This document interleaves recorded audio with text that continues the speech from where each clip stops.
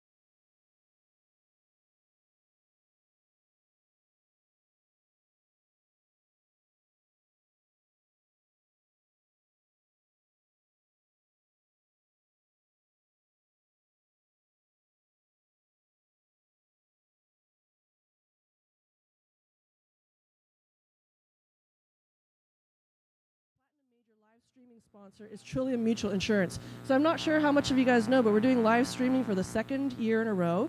And this means that people who can't make it here can log on and both watch and participate by like typing in questions and that sort of thing. So especially given, I mean, we've been lucky for Farmers Week. This is our worst weather day so far, unless you count freezing rain of the past 2 days. But we've been pretty lucky in that it's been pretty okay to come in. So maybe, hopefully, live streaming really will actually bring in people from a lot further away, including other provinces. So that's pretty exciting. So I don't know how much of you guys go out to do farmer training, but really any chance to get some sort of farmer training without having to drive long distances is pretty great. Our platinum speaker sponsor for this whole week is the Bruce County Federation of Agriculture. Our gold ecological day sponsor is the NFU Grey Local. Our silver commodity day sponsor is EcoCert Canada. Bronze Commodity Day sponsors are the Grey County Economic Development, Local Food, and the Ecological Farmers Association of Ontario. And if you do want to talk to anyone at Grey County Development, Philly is standing right there, so it's a good time to go talking with her about, potential rural economic development funding, because she's the person to help write your letters if that's the case.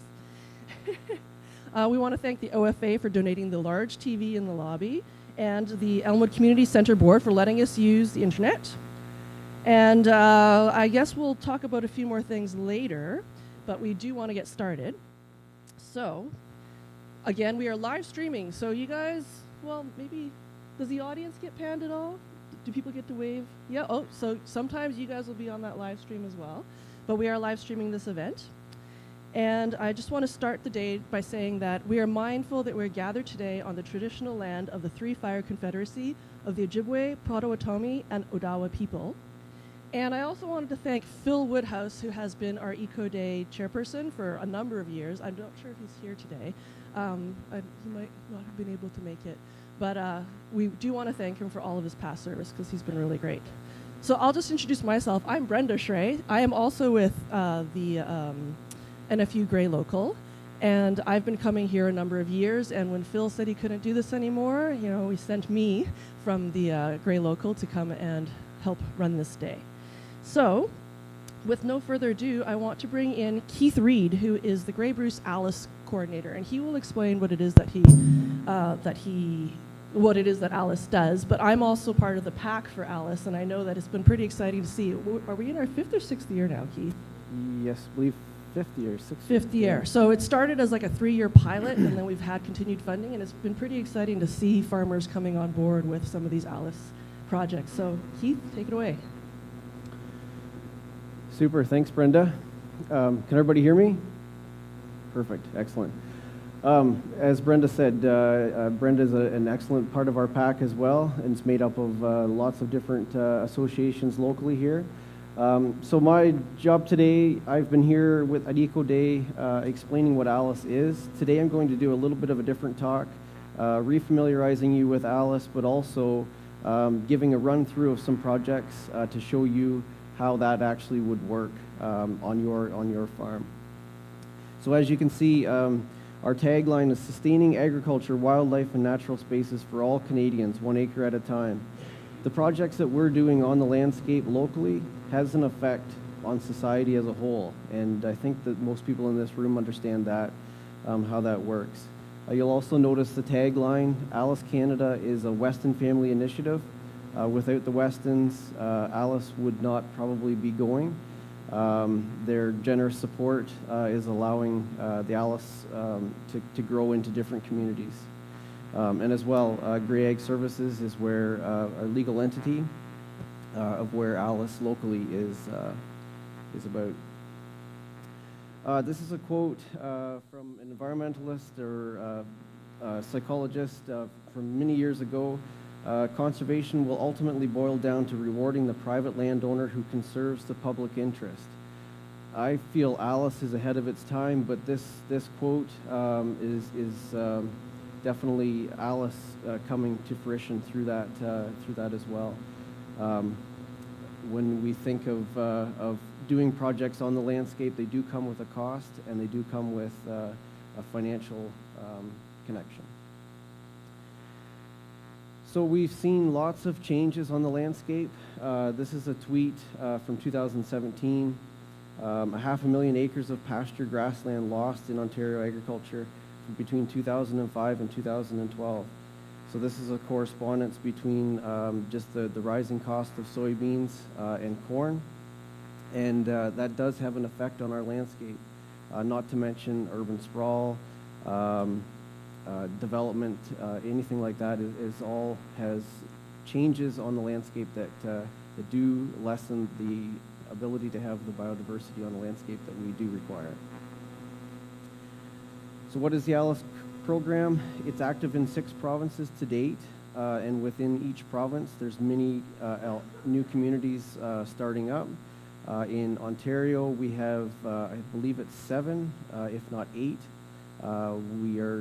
It's expanding each year into a couple new communities.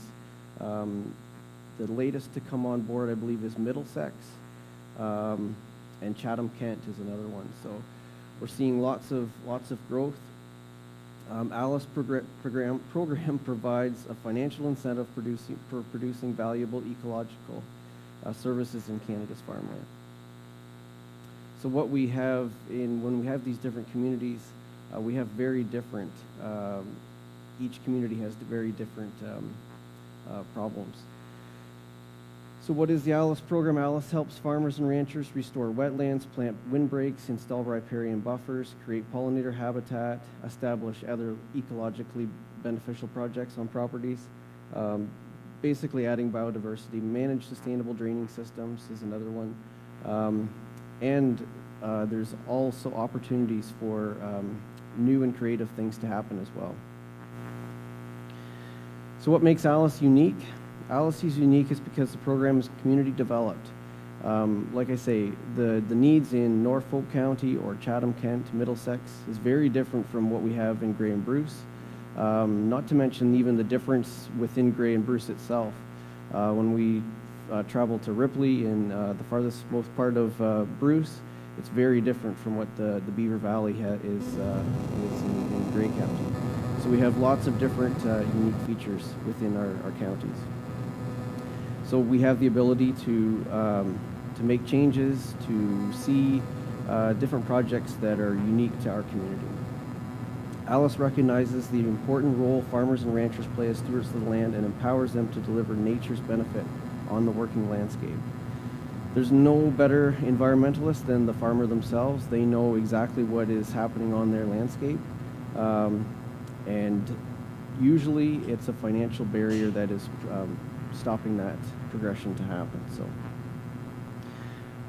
as we briefly mentioned, as Brenda briefly mentioned in the introduction, the Partnership Advisory Committee is what governs our decisions on where our projects go. We have lots of great partnerships locally here in Grey County, such as NFU, as Brenda has already mentioned, the three general farm organizations, so OFA and Christian Farmers Federation is at the table. We also have technical support from the conservation authorities. We have Joanne Harbinson from Saugeen Valley, Grace Sobel, Ministry of Natural Resources, OMAFRA. We have Andrew Berry, who's a very active participant as well. So we make sure we have that active technical support, but 50% of our PAC is to be made up of farmers, which is boots on the ground and the ideas coming with it from within. So our PAC, I go out and see the properties, the different projects that can be done, bring that information forward to our PAC, and the PAC makes sure that there's an additional and extra ecosystem services that can be provided. We aren't putting projects in without some kind of recognizable benefit, and we're also not. There's been projects that have been denied in the past where maybe there's a grassland that's already in use, and the person wants to plant trees to them. There has been the opportunity for some of those projects not to happen because we're not wanting to replace an ecosystem with taking one out of production to add another one. So it has to be additional and not taking a proper ecosystem service out of production that's already being used. And number three, obviously, does the funding allow the activity to happen? So these are, I won't go through them all, but we'll touch on them through as we go through the projects as well. But what is an ecosystem services? What is an ecosystem service? Here's probably the top 10 list. And you can scroll through those, but lots of ecosystem services that are beneficial on the landscape. And I'll go through in more depth as to what some of those are locally. So here's some project examples. A big one in Grey and Bruce is the exclusion fencing. We still do have a lot of livestock in Grey and Bruce County. So they're probably our number one maybe. This is a picture, it's not really great when you see it up on the screen here, but it was last year when the drought situation, very big impact on just a lot of head, I think, on a small area. And when that was not taken very long after the fence was put up, and it was actually, you can already see the rejuvenation starting in the forest floor there. So that project itself can quite easily prove that there's carbon sequestration, there's biodiversity, wildlife habitat, with the cattle and not being able to access that bush. Pollinator habitat, it allows the area within the forest floor that isn't growing trees to have an area of refuge for beneficials. The erosion control obviously is probably not a typical picture, but the drought situation this year definitely paid an impact on that. And species at risk habitat. There's lots of goings on in the forest floor, and vernal ponds, the list goes on, but excellent opportunity to protect that. So this project example is, again, exclusion fencing, retirement of a mature forest. The total acres of that forest was 20 acres. The total cost of that fence is actually $9,500. So fencing is expensive. Note at the bottom there that Alice won't fund the line fences, and you probably will find that as well with most projects or funders.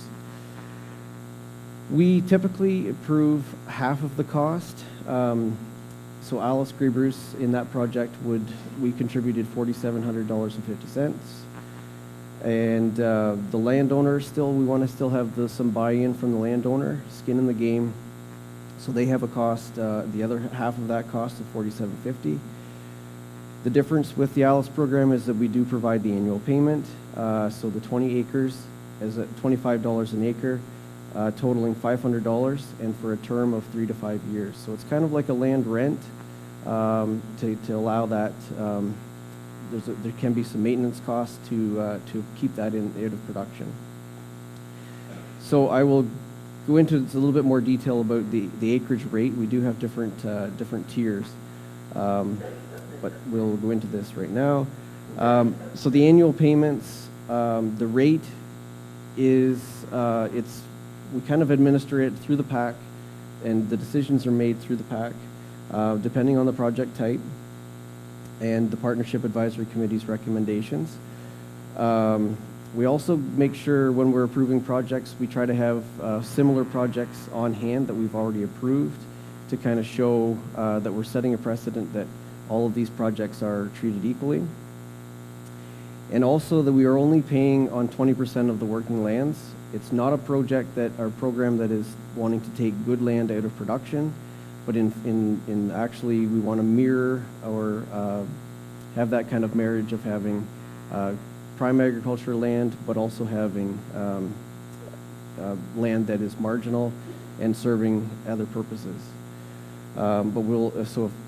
For an example, if you have a 100-acre farm, we will only pay on 20 acres of taking land out of production. So the typical rate tiers. So the first example was the $25 an acre, and that would be an existing forest. Typically, those are larger areas, such as that last one. A typical payment, though, probably our most common is $80 an acre. So that would be a common one would be tree planting, where we're taking a large area out of production, and so your typical payment would be the $80 an acre. We do go up to $100 an acre. Those are sensitive areas or more fragile land.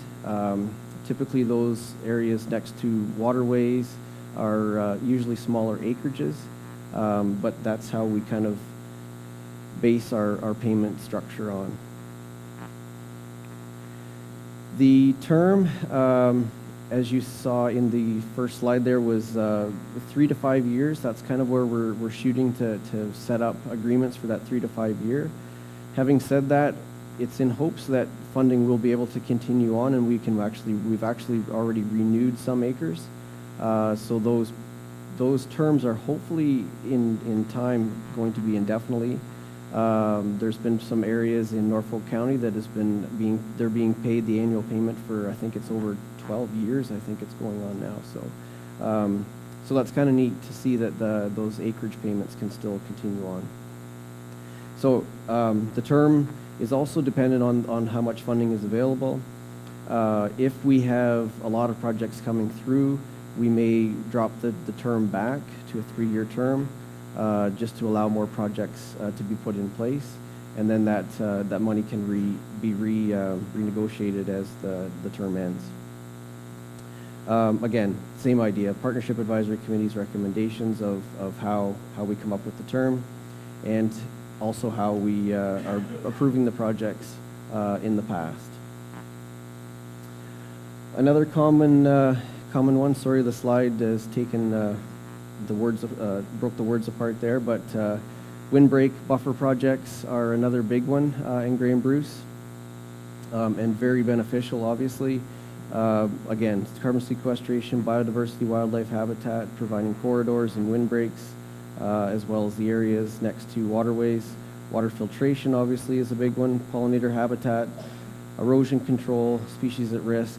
And I think you could probably go through any of those projects and see that there's some kind of benefit from any of them. This picture is not the best either, but this is from Ontario East, showing that they've actually retired the outside edge of the field, and you can see the aerial is showing where the corn is started to being planted. So there's this area in between is kind of the retired acreages. The reason for that is it's kind of a common project in Ontario East. We don't have any up here yet, but they're either providing a grass species, either tame or native, and they can utilize that also for their own benefit for checking, crop scouting, what have you. But it is also seen an improvement on the yield as well. By taking the acres out, you're actually increasing the yield by the areas next to the tree lines are usually kind of lower yielding. And as well, they've seen significant increases in yield because of wildlife damage not being an issue in those first round of the planter. So they're utilizing that retired area as kind of a corridor, which has been beneficial. Also, pollinator habitat with clovers or wildflowers, lots of opportunity there. This is kind of a common site, especially in Grey County, where we've got areas where they're being worked through.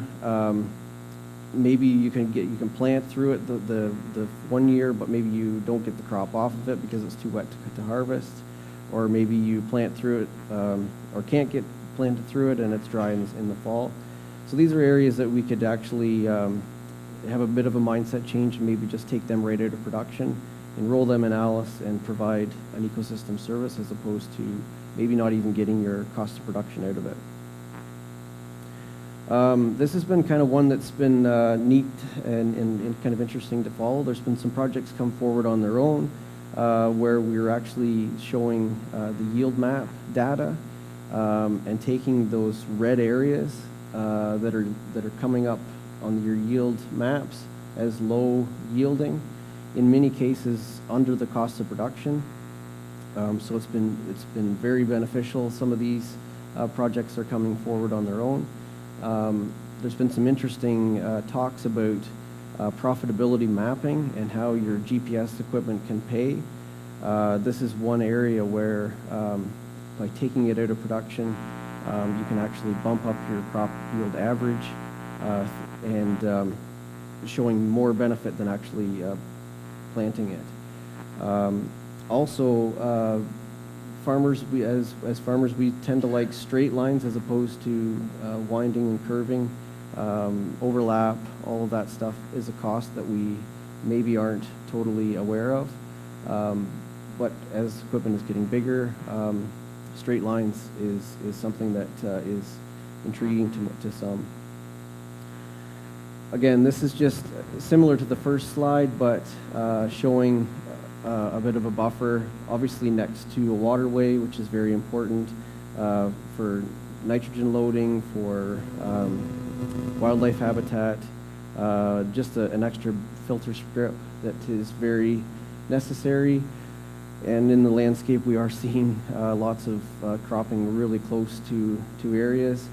And with Alice, we can actually provide a little bit of an incentive to keep those buffers back from waterways. As far as windbreaks is concerned, this is unfortunately a common sight sometimes in the springtime.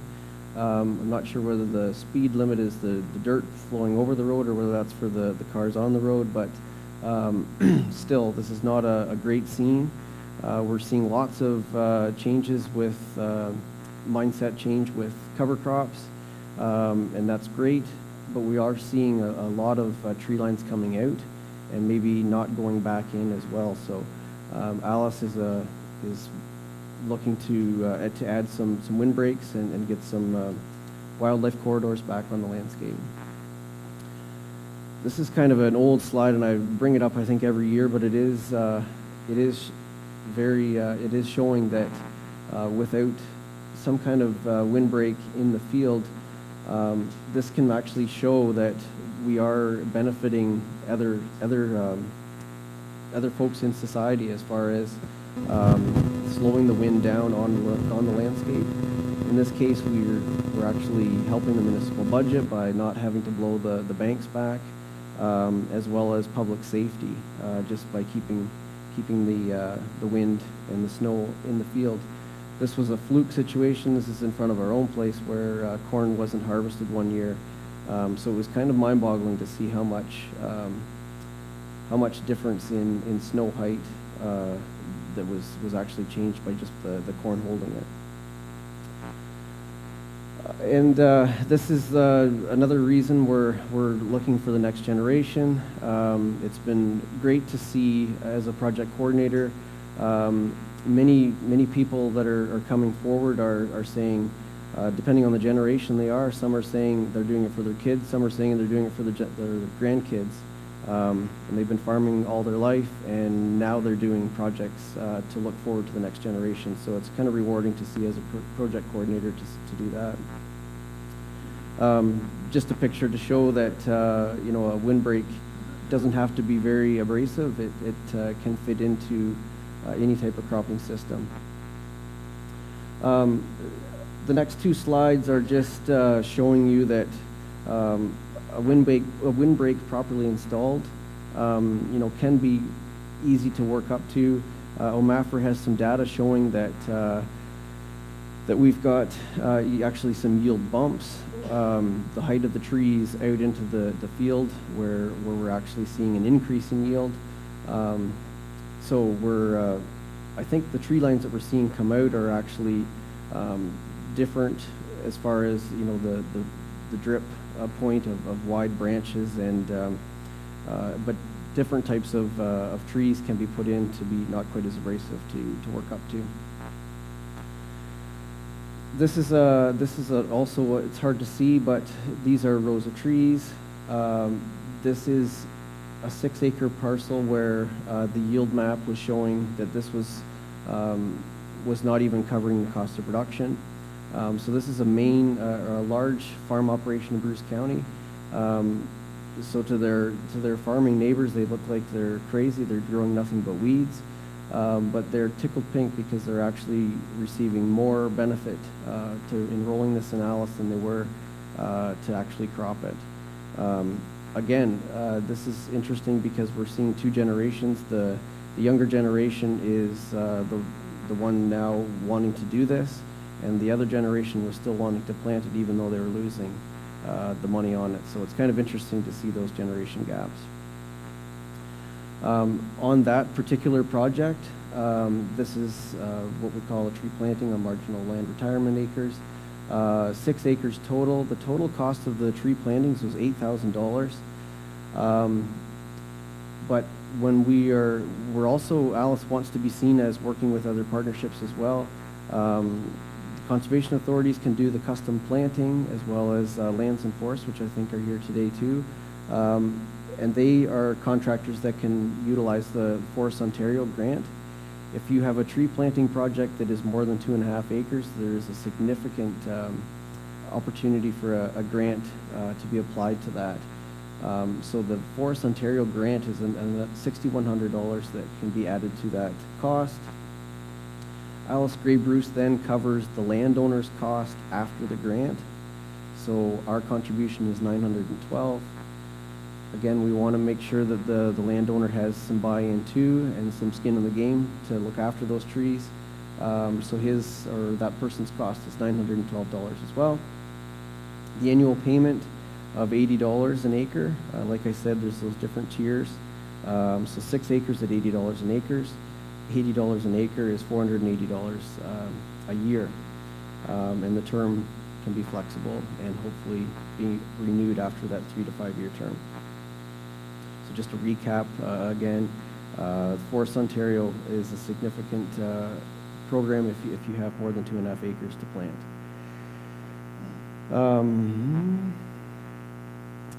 When we do some of these buffer projects and the exclusion fencing, we're taking cattle or livestock out of areas that they typically would water in.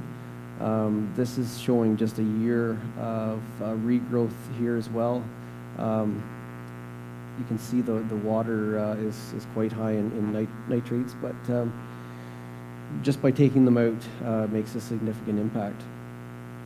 Top 10 ecosystem services for these, again, you could probably cover any one of those. This is the same pond where it was quite stagnant, and we've made significant changes here.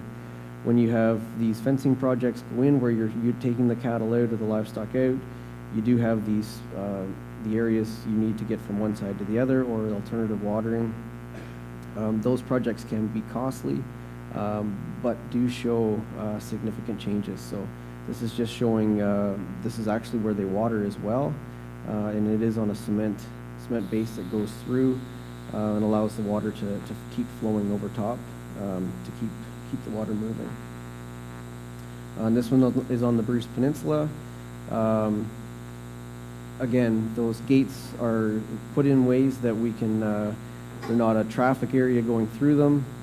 They can move from one paddock to the next without making a whole lot of disturbance going through.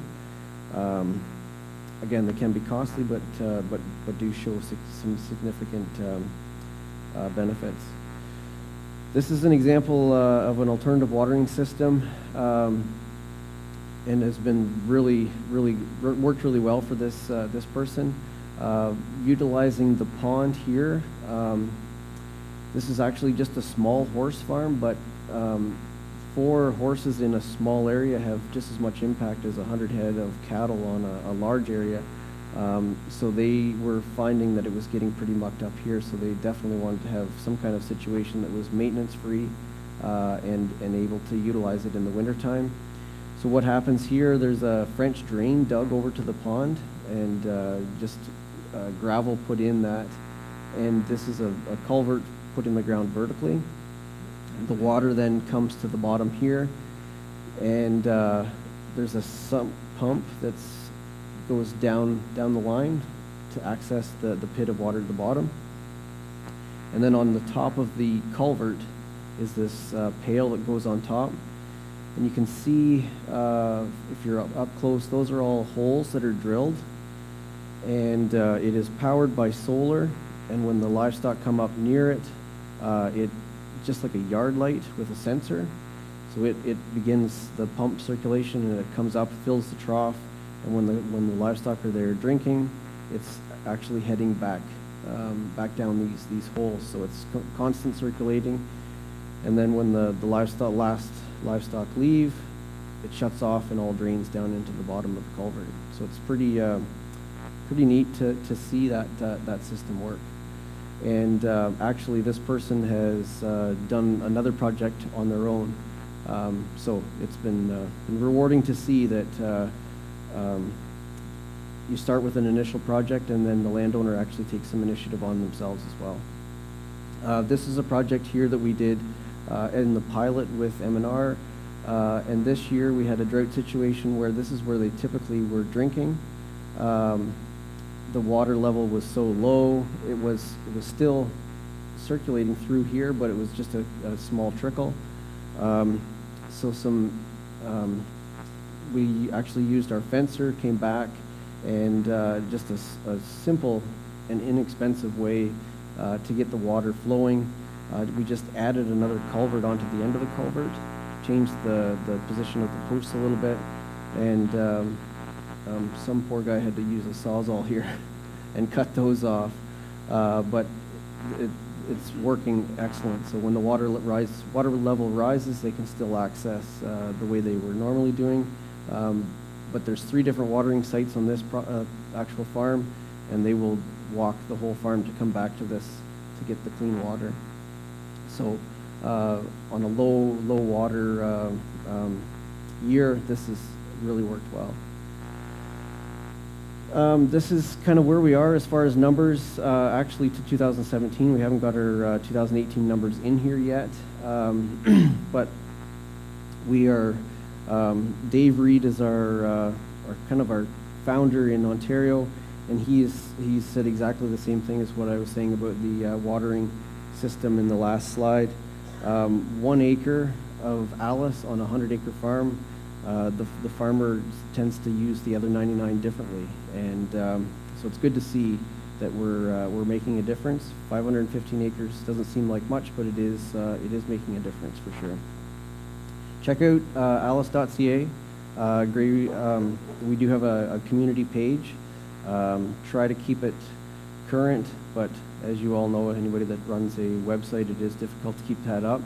But we do have coming up, there will be a couple of producer profiles coming in there, which you can actually view. So check it out, alice.ca. And this is my contact information if anybody has any questions.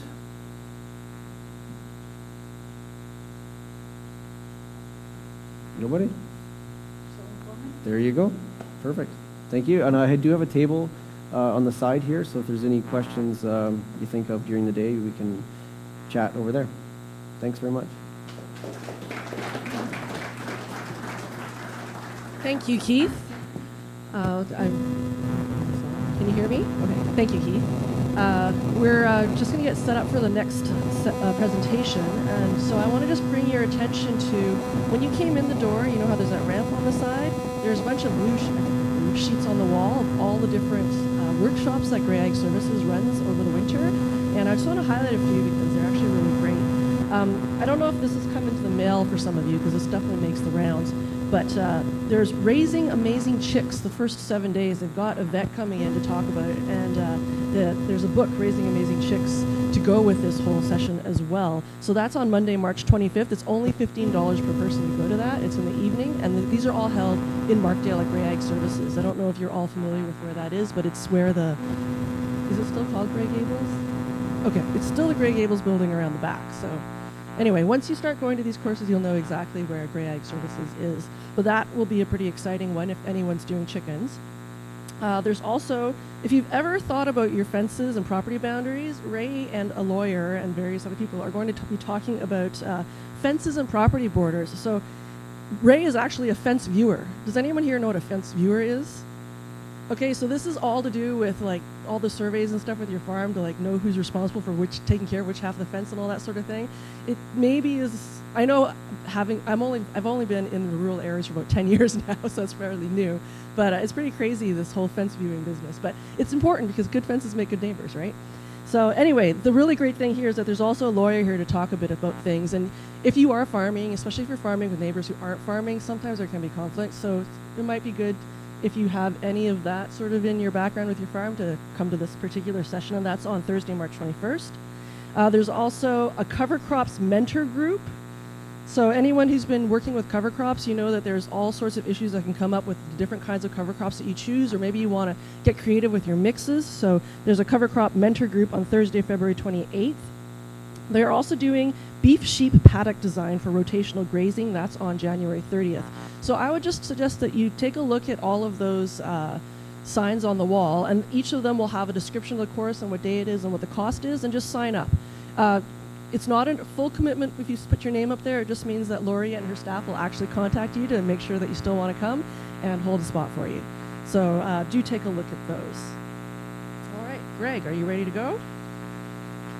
All right. Well, so Greg here is the current president of Eat Local Grey Bruce. I don't know how many of you are familiar with that, but it is a producer and eater cooperative in Grey Bruce that distributes food, or distributes groceries, I guess. You buy it online to this whole area. So Greg is going to talk about, it's in its third year now?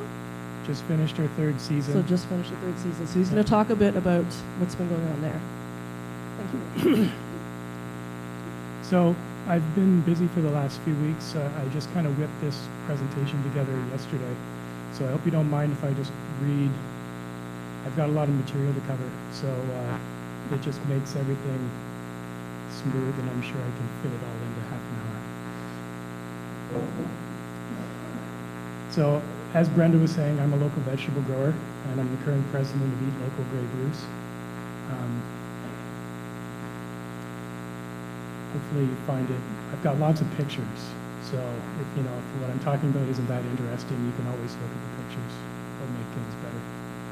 So technically, Eat Local is an aggregator, and marketing isn't our primary focus. We kind of hope that our producers will do most of the marketing work, but in reality, we have had to do a great deal of marketing to try and build ourselves up to a point where we're self-sustaining. Let's see if I have to control two computers here to make this work for me. So, in the most basic sense, Eat Local Grey Bruce is a co-op. Hopefully you've seen this logo around. We've tried to put it everywhere. We offer products from over 40 local producers in our online store. You can shop and pay online and have fresh local food delivered to your door or to a pickup location near you. These are our delivery maps off of the website. So we're a not-for-profit corporation providing access to local food through our online store and delivery service all over Grey and Bruce County. I don't know if you recognize the maps, but you can see we go all the way from Carden and over to Flesherton and up and over to Collingwood and all through Owen Sound, Hanover, Lockerton. We're pretty much everywhere now. There's another map, a series of delivery maps. So our producers offer meat, vegetables, dairy, baked goods, frozen dinners, fruit, dry goods, foraged edibles, preserves. We also carry some gluten-free and vegan options, plus we buy in from the ONFC and other local suppliers. We have bylaws, principles, and standards that can be found on, but you can definitely go and check those out. I encourage you to read our website. But hopefully, what we hope to do is build an accessible network locally of consumers, producers, and processors and other food initiatives across the counties. Members order our food online. This is an example of our online store. Orders are fully customizable, and there's no regular commitment necessary. If you go away for 3 or 4 weeks, you're not going to have a pile of vegetables on your front porch because you didn't order them. Producers control their offerings through the back end of the software, allowing customization in quantity, price, adding pictures and descriptions to your product. It's not as flashy as the front end of the store, but it's very utilitarian. It's easy to use. The online store is open for shopping from Wednesday until Monday, the noon the following week. Shortly after the store closes on Monday, the orders are sent to our producers, who then bring their items to the warehouse the following day. Our delivery vehicle also does an aggregation route on Tuesday to facilitate the producers that are farthest away from the warehouse. On Wednesday and Thursday, orders are assembled by the warehouse staff and delivered to customers, homes, or regional drop-off locations. All orders are packed in our Eat Local insulated reusable bags. our insulated bags are exchanged with the delivery of your next order. Hopefully. We're always chasing down bags. We're missing a couple thousand if you see them. When I was asked to present today, the topic was provided. So as far as I can tell, I've been invited to explain how we've survived for 3 years. Because that's never been a given. And share some of the experiences that we've had in terms of marketing. And I guess as an online store, we are kind of unique in the area that marketing is what we are, although it wasn't really what we were thinking about when we started it up. Oops, I think I doubled that. So we came together without startup capital, which is astonishing. We had one large donation, which was our delivery van, and we collected bonds from our initial members, which have been partly paid back according to a schedule. We've been awarded 6 or 7 grants along the way, actually maybe 8. I was thinking about, no, I think 7. Through the Green Jobs program, Summer Works program, Carrot Cash, and also a significant cost share through the Greenbelt Foundation. And many thanks to them if any of those people are here. All the while, also actually being farmers and all that entails. So, our busiest time in the year is actually when we're also really busy. It's difficult to apply ourselves, but we always seem to find time to make it happen. In 3 years, we've grown to support 4 staff members, a warehouse, delivery vehicle, and all the insurances that we have to pay, and service fees. We finished 2018 with a gross revenue of just over $360,000. $500,000 would allow us to pay our staff the wages they should be getting, but we consider it a fairly rapid growth over 3 years, and with all the chaos of rotating interns, it would be nice to get up to that threshold where we're completely self-supporting, but in the meantime, I think we can sort of see daylight through the trees as far as that goes. In terms of marketing, we have tried the gamut of traditional modes, including radio and newsprint, newspaper ads, posters and business cards, and we've even done door-to-door pamphleting at various times. Newsprint and radio ads were very effective when we had funding, but they're quite expensive. So for the most part, we try on more grassroots methodologies. Bringing in, outreach and growth. Bringing in new members is very important for our survival, and for any startup for that matter. So message design is very important from the beginning, because you want your message, especially with a social platform, you want your message to be very consistent.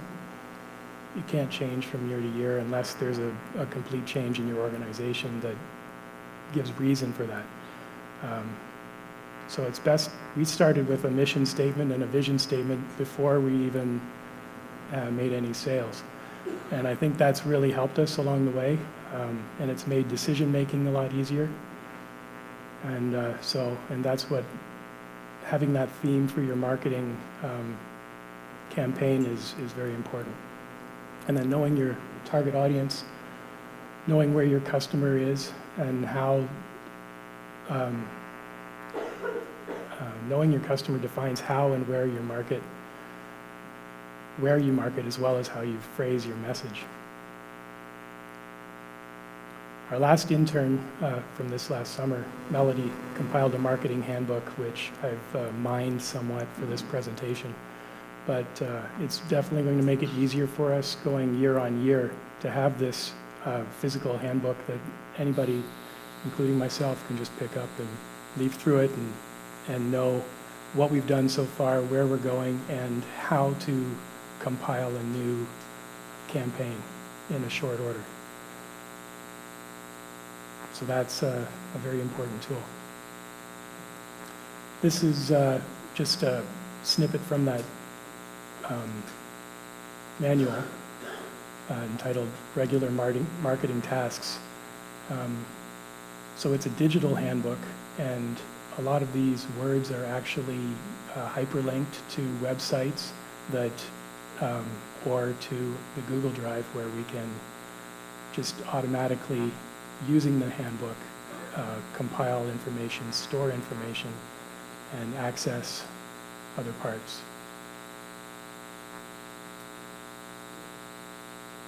I guess we could talk about it. I don't know if you could, yeah, you could read that. So Monday, Melody was planning for the week, checking social media, and liking and sharing other producers' posts, if there are any, creating social media posts, scheduling posts for the next week if possible. So, and I'm going to discuss the software we use.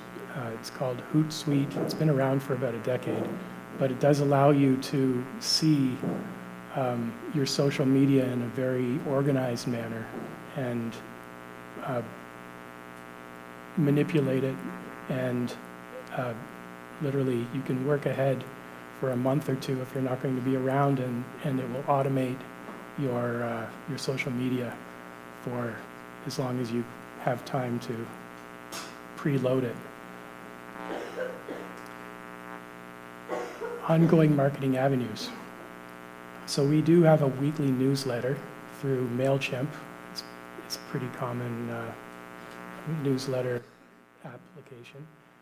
We use Facebook, Instagram, and Twitter. Visually, we feel like our delivery van and our cooler bags and whatever stickers, t-shirts, and signs in our pickup locations are probably the best way to get, people to see that we exist. But as far as once you know we exist, then we need to keep up with the social media, and the newsletter helps to communicate with our current customers.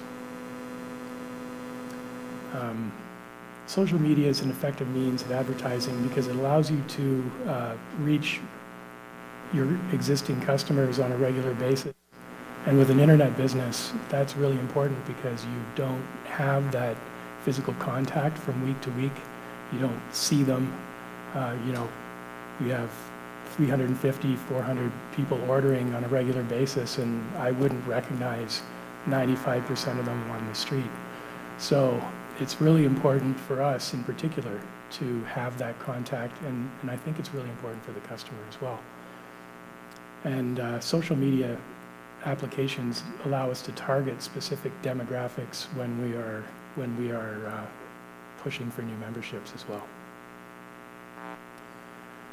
Our latest intern got us interested in this application. Hootsuite integrates any number of social media and facilitates account management cross-platform, so you can actually have your Facebook and Twitter posts happen simultaneously. If somebody posts to Twitter, you can cross-platform onto something else. And that's very good because not everybody follows every medium. You can kind of see we have, trying not to feed back into the camera mic.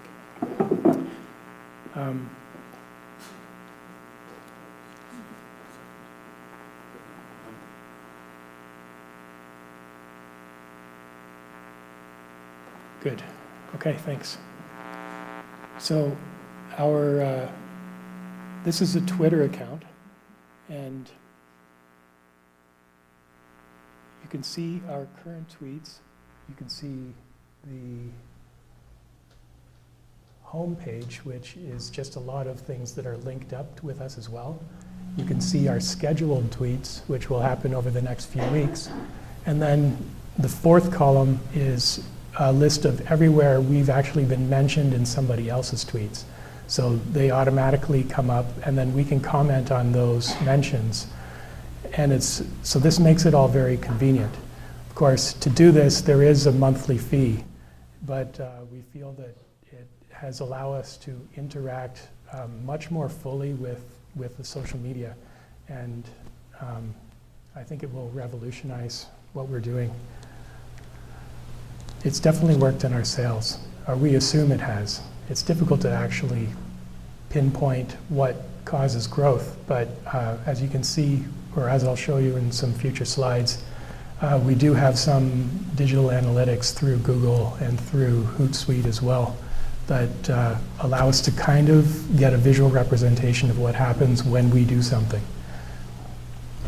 So this is the Facebook page on Hootsuite, and it's basically the same thing. You can see the timeline of our Facebook page, and then you can see mentions where other people have mentioned us, and then activity allows us to maintain communication, conversations, and then again, the fourth column is scheduling. So you can schedule, if you've got one day, you can schedule the posts for the next 3 or 4 weeks.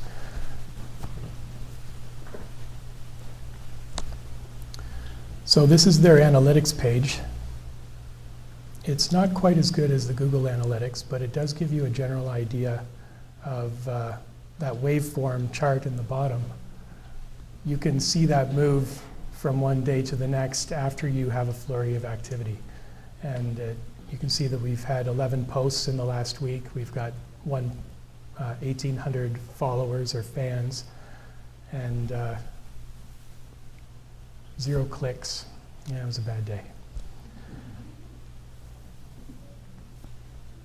So this is the Google Analytics page, and I've got several screen caps of the charts that they offer. I mean, Google has been synonymous with the internet for longer than most people have been alive, I think, if you look at the statistics. But as the dominant search engine, they can generate a significant amount of data, and for a price, they'll share it with you. Google Analytics is driven by visitors to your website and also by items that you boost. So if you buy advertising through Google, they can track where it goes, who opens it, and not directly, like they don't know, oh, this is John Smith opened it on this time. It's not that specific, but it does give you regionally and what time of day and a lot of different information that for the most part is useless, but some of it's interesting. So the reach of your boosted message isn't limited by your followers, like in Facebook, but will reach anybody who is searching websites that are similar to your subject. So it's kind of interesting. We've had people apply in Southeast Asia asking if they can get a delivery.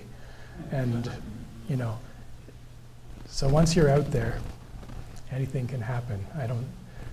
I think the delivery was going to be cost prohibitive, but they seemed keen to try.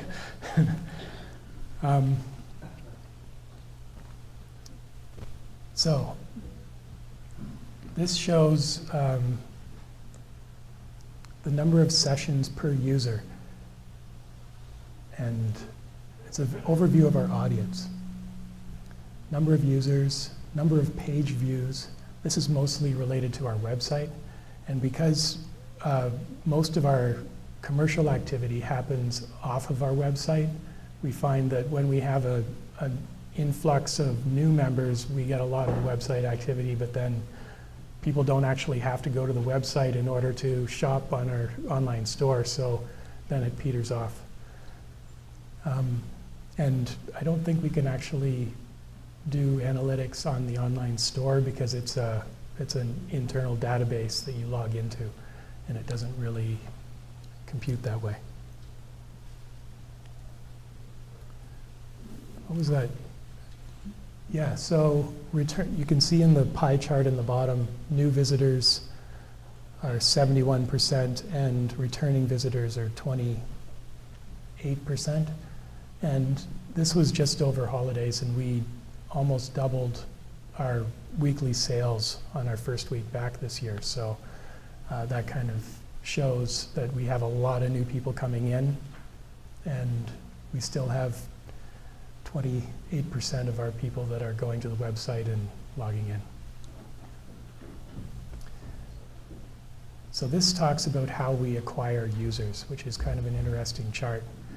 So I've got the traffic check. I've got all three of these charts. The next three slides are looking at how we attract new people to our website. So the traffic channel breaks the bar chart into organic search, just somebody searching for local food or something indirect but still somehow gets to us. Direct search is the second column. Or no, these are dates, but the second section of the lighter blue. So it's amazing actually how many organic searches lead to Eat Local Grey Bruce. And I guess that's the magic of the internet in a certain sense, where you know, the people who are specifically Googling Eat Local Grey Bruce are fewer than the people who somehow just kind of wander onto the site through random web searches. The third one is social media, so the third lightest, or the second lightest blue, and then there's a referral, and then other doesn't seem to be a factor. So this is a more close breakdown of the source of how people acquire, or how we acquire users. So the darkest color is Google, and then you can actually see who came by way of Facebook or who came by way of other media. And then the last breakdown of this chart shows specific referrals. And that kind of gives you an idea of what social media you maybe should direct your attention to the most. It allows you to apply your efforts to what's the most effective source of new customers. This is another couple of charts by Google Analytics, and again, the chart on the right, how well do you retain users, is really just indicative of how many people continue going to our website after initially going to the website, because I never go to the website anymore. I just have the store open on my laptop, and I'm already there. So not as useful information for us, but if you are directly doing business off of your website, then this would be a key element.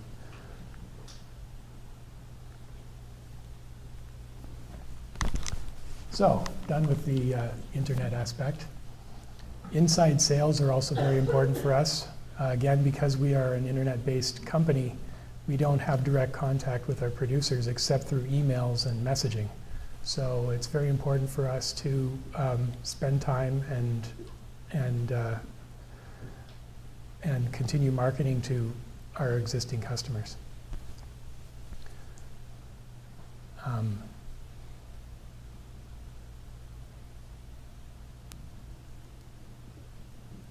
Our newsletter does a lot of this, you know, giving store specials and engaging our newsletter with food-related issues that are current. And we also use doodle polls. It's another online application that allows you to ask a question to a large number of people and they can give their feedback. Customer retention. Last winter we took our newsletter contact list and then we compared it with our sales reports, and we were able to correlate 4 different groups of people. Basically people who ordered once and stopped a long time ago, active shoppers, and who have stopped buying from us since, and then people who received the newsletter but never joined, and then current shoppers. And this allowed us to break down our message and design them specifically to each of these 4 groups in a more integrated marketing campaign.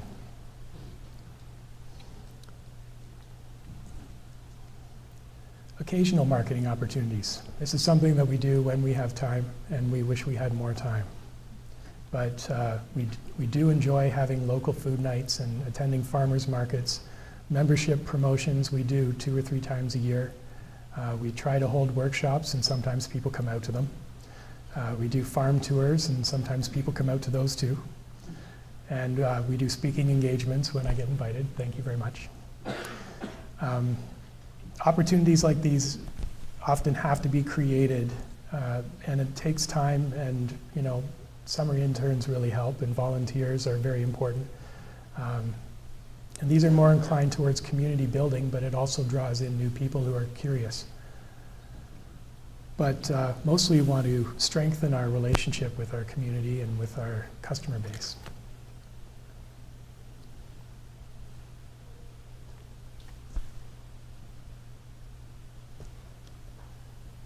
Limitations of our business model.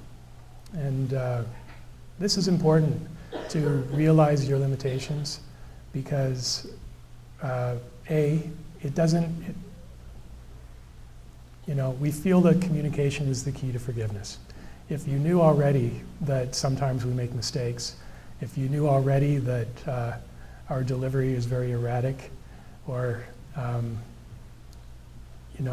there's so much potential for miscommunication that if we're upfront about all of our limitations in the beginning, it makes it easier to negotiate difficulties down the road.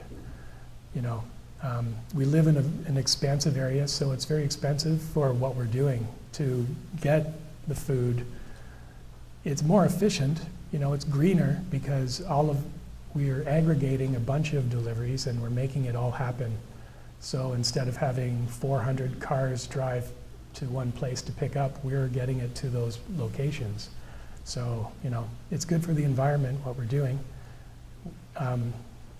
But also we have winter, and it's difficult for us to provide the full gamut of what our customers would like to eat through the winter. But we are getting better at that. Maybe in my next visit to this convention, I'll talk about winter growing. Who knows? Online commerce is impersonal, so that's very difficult for us. We make mistakes. One packing error, say a bag of radishes, that we maybe make 25 cents on, will cost the co-op $1.50, because we are still paying the producer for it. And then we also have the wages of the time required to interact with the customer who noticed they didn't have radishes if we didn't catch it beforehand. And then we have to edit the books, and then there's possibly several other correspondences involved. So it's kind of a mind-numbing process when you're packing 150 bags over 2 days, and week on, week out, 50 weeks a year. So that's probably our largest hurdle, and it's something that we're probably going to be stuck with indefinitely until it's computerized. And I don't see how we're going to ever afford a robot or Amazon droids to ship our stuff. But you never know.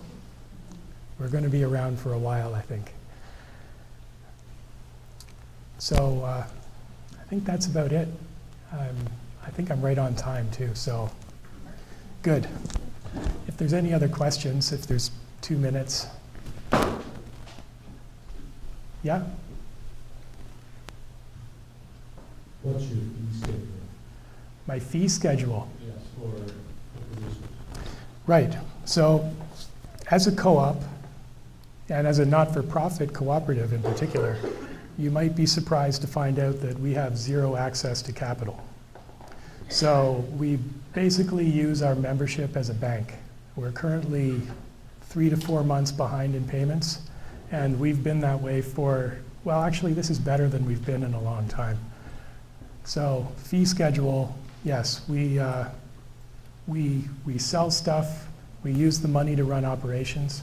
We ran at a deficit for the first 2 years, and we're finally getting to the point where we're covering our operation cost. So It's been a long road, and lots of us are owed $5,000 to $10,000, but yeah, we're getting there. That's a big deterrent for a lot of new producers coming in, to kind of share, to realize that you're not going to get the money for a while, but we believe in what we're doing, and it made up probably 20 to 25% of my sales this year, which I haven't been paid for, but we haven't actually defaulted on a payment yet. That's the advantage of paying everybody at the same time. Yeah. Just to maybe clarify, maybe were you asking about the fee schedule if you join as a producer? What's the yearly fee, right. Yeah, our producers pay currently $250 a year, and that's for a 50-week market. That's a lot less than most farmers markets. So, and then we take 22% of retail price, which is much better than most retail situations if you're going to wholesale to a grocery store chain. And the reason why we owe so much money is because we've forced ourselves into that tight margin, trying to run operations off of 22% of sales. Yeah, thank you very much. Thank you, Greg.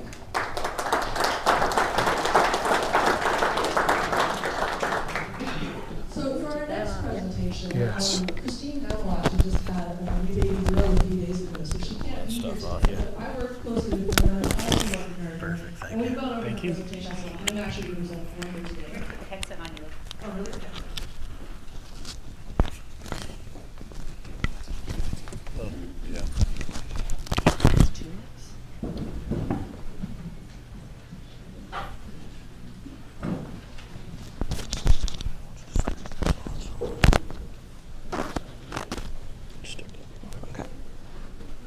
All right, so can everyone hear me?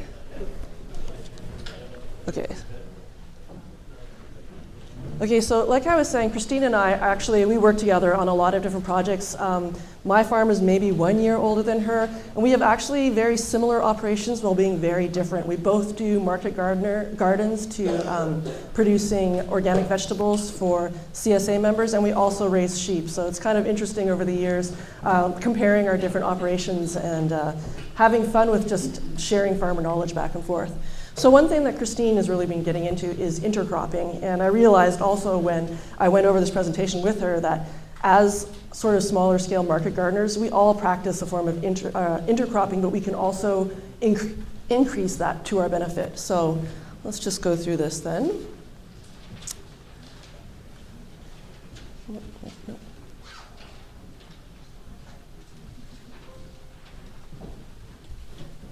Okay.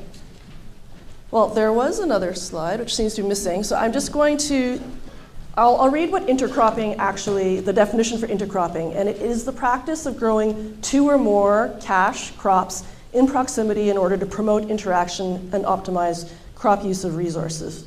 So we're gonna go over that in more detail, but it's essentially not just doing a monocrop. Multiple cropping is, has more than one, like intercropping is one of them. It also has sequential cropping, which many of us might be used to, which is just planting crops in succession in the same area. So essentially, you just want to produce more out of the same area. And like we said, sequential cropping is 1 crop at a time, and intercropping is 2 crops or more at the exact same time. Oh, there it is. Okay, it's just opposite. Okay, so here's some examples of multi-tier intercropping. So this, ooh, it's a pointer. Okay, so here we have actually an Ontario picture from 1908. It's pretty cool that Christine managed to find this picture. These are plum trees, which are actually quite established and mature ones. So this is not just like at the very beginning starting up where you're trying to like make money from the in-betweens while your tree's established, though that is a form of intercropping as well. But this is plums right here, and then sugar beets. There's 4 rows in there. Christine and I estimate it's about 15 feet there with 4 rows of sugar beets. We don't have any more information. Did he do something else in other years? But it's pretty interesting that in 1908, this was happening in Ontario.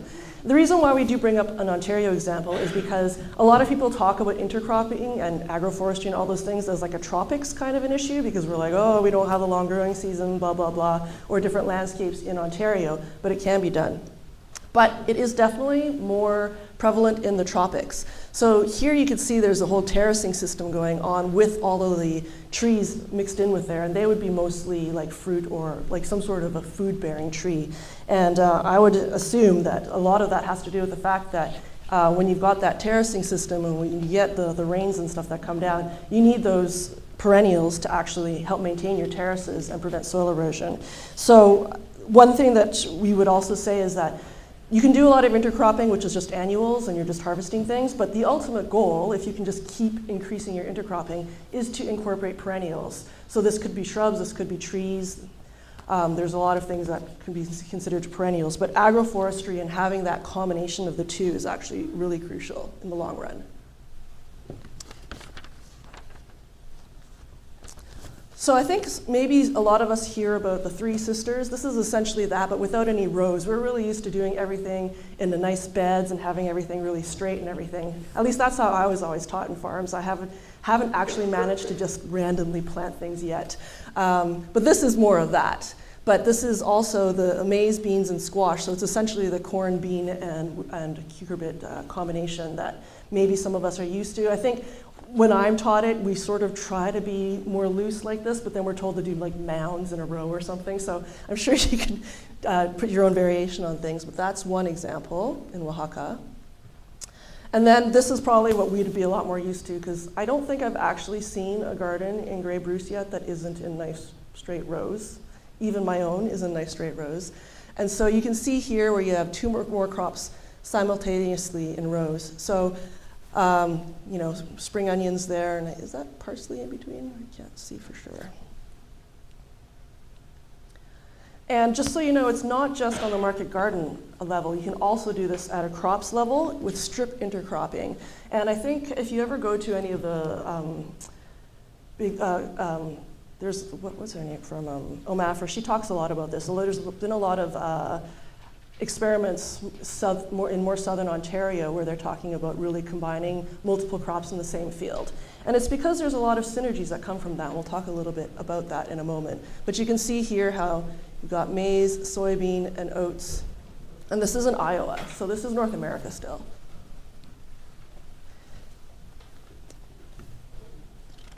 So this is relay intercropping. So here, in this case, it's wheat and soybean. So you've got winter wheat that has been planted in the previous fall, and there's been a little bit of space left to go and seed in soybeans in the spring. So what happens is you set your harvester higher to harvest the wheat, and then once you're taking your wheat off in, I guess maybe early July or late July, your soybeans can then come in from below. So now you're actually getting two crops off of the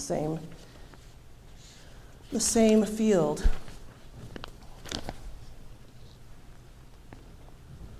Okay, so these are the reasons why you might want to do certain intercropping. So there's a principle of reduced competition because all of these plants have different needs. So it's not like you're going to plant two things that need exactly the same conditions and grow in the exact same way to do the intercropping. You're actually going to pick things that are complementary to each other. And then you also have mutualism, which is that they help each other. And if you start to do research into this, it's actually quite interesting to see how many plants will actually help each other to grow because they either keep away each other's pests or confuse things or actually help improve soil because their roots and their plant structures are all in different places. So we have a few different, I mean, this is a great picture of it right there with the onion, lettuce, and the carrot. They have reduced competition and better use of resources. So even though they're all sort of sharing the same space, they're taking up different parts of it. And they're also there for different time periods. Like this will come out and this will finish later and this might come out earlier or later. But the fact is that you're filling in your space and you're not having to weed all of that. So if you're filling your space, so instead of weeding what would grow here normally, if you left a space between those two rows, you're gonna harvest your lettuce. And by then, this will have hopefully grown up high enough that they then start shading out the weeds that'll come in after you've taken out the lettuce. So it can actually be, hopefully, a time saver in the long run as well. So this is where the whole spatial arrangement is important. Of course, the physical architecture, as with this here, above and below ground. So don't just think about what's on top. Now, one thing to note is that in terms of density, you won't get the same sort of thing as, like, let's say you have 100 feet, a 3-foot bed, and you can fit like 300 lettuce heads in there if you're planting like at 1 foot spacing or something. You won't clearly get 300 lettuce heads out of that same bed, but if you spread it out over the field, well, you might actually get more.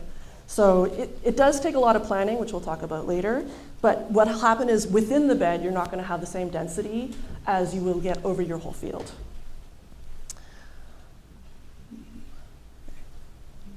So the other thing to consider is maturity, again, the timing of everything, and variety choice. So for example, I think for a lot of market gardeners, we don't just plant one variety of one particular vegetable. You do a bunch of different ones, possibly different sizes. Like for example, you can plant radishes with daikon, and they get harvested at different times, but they might have the same size seed that will go in your cedar.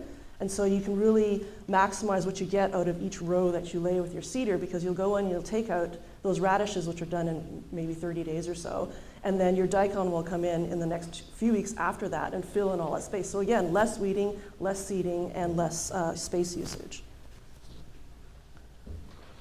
So this is where the, mutualism, where the whole benefit is really useful. I know that when I first started market gardening, I thought to myself, I can't plant enough marigolds to go with my tomatoes, because I figured out that I plant about 500 tomato plants a year. But I have actually started adding marigolds into my tomato beds, and I do think that it makes a difference, because what happens when you start breaking things up, like I used to plant all of my tomatoes in a block. I'd have like 7 rows of tomatoes, all trellised, one bed after the other. And then if you end up getting a blight or any of those things, if the first outside row gets it, it just spreads right through them. So over the years, I've actually spread things out so that in between, I have other beds which are perhaps winter squash or lettuces or any other sort of low-growing thing, so that you can really increase airflow, and you can break up the disease moving from one row to another. And you break up how it all smells, so that if insects are coming in to be pests in your area, they have to like travel further. They're not going to land in one area, decimate everything. They actually have to work a little harder, and so therefore they don't do quite as much damage. And same with attracting the beneficials. When you have a lot more diversity, the beneficials will come in, because when they can eat something off of one, they can sleep on another. Like a lot of these different insects that are out there don't do everything in the same place. So if you have that diversity, it really helps to attract them. And there's also trapping of pests. So I don't know if any of you guys do this, but for example, if you grow a lot of brassicas, there are some that are more attractive to flea beetle than others. If you were to intersperse your plantings with a few of that other variety, perhaps at the ends or the beginnings of your rows, you might be able to get the majority of them to kill off that plant instead of everything else that you're trying to grow. So some of the reasons why people don't want to do intercropping are because of mechanization. If you're really set up to grow an acre of potatoes, it's really hard to then throw in squashes and everything in between each row of potatoes. So that's one reason why that might happen. And also specialization. I mean, I, as a market grower, grow like 50 different types of vegetables and even more varieties. I think I have like 100 or 150 varieties in the field. But a lot of farmers only grow 5 or less, right? So because I do grow so many different vegetables, I actually have to know about the growing needs for a lot more than 5 vegetables. So that can be hard, but it also actually makes things really interesting. I would go crazy if I had to harvest spinach and lettuce greens the entire season. I just couldn't do it. Physically, that would drive me crazy, and I really don't like harvesting all those little greens. I don't know how many of you do it, but it's really hard on your back. So these are some reasons why we should try to use this intercropping.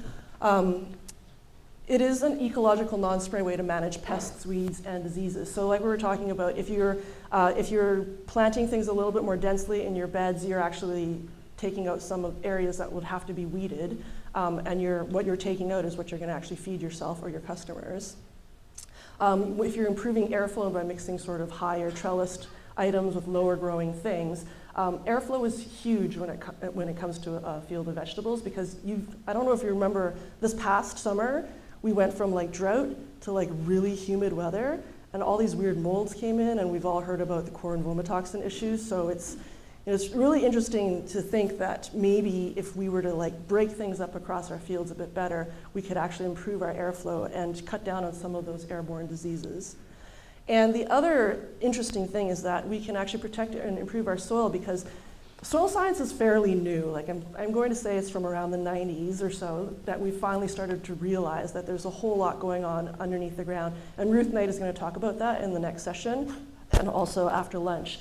But one thing that they've been talking about is that a really complex and diverse root system. So when you have all sorts of different plants in a field, so you've got the more shallow top roots, you've got deeper tap roots going on. If the more diversity you have there, the healthier your soil will be. And this also includes helping with the mycorrhizal, I can never pronounce that properly, but with fungal growth.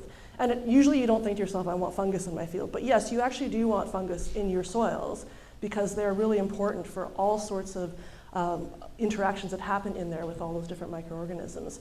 So the other reason why intercropping is great is it just increases the diversity of plant life there, so that you've got all sorts of different pathways for water to go down and break up compaction, or for the roots to go down and break up compaction, and all those other things. So I think it'll be interesting to see over the next few years, as soil science continues to discover things, how important it is to stop monocropping, essentially. I mean, I am biased. I will definitely state that I have a huge bias towards diversification and increasing biodiversity to a huge extent, because it will just bring more life overall to your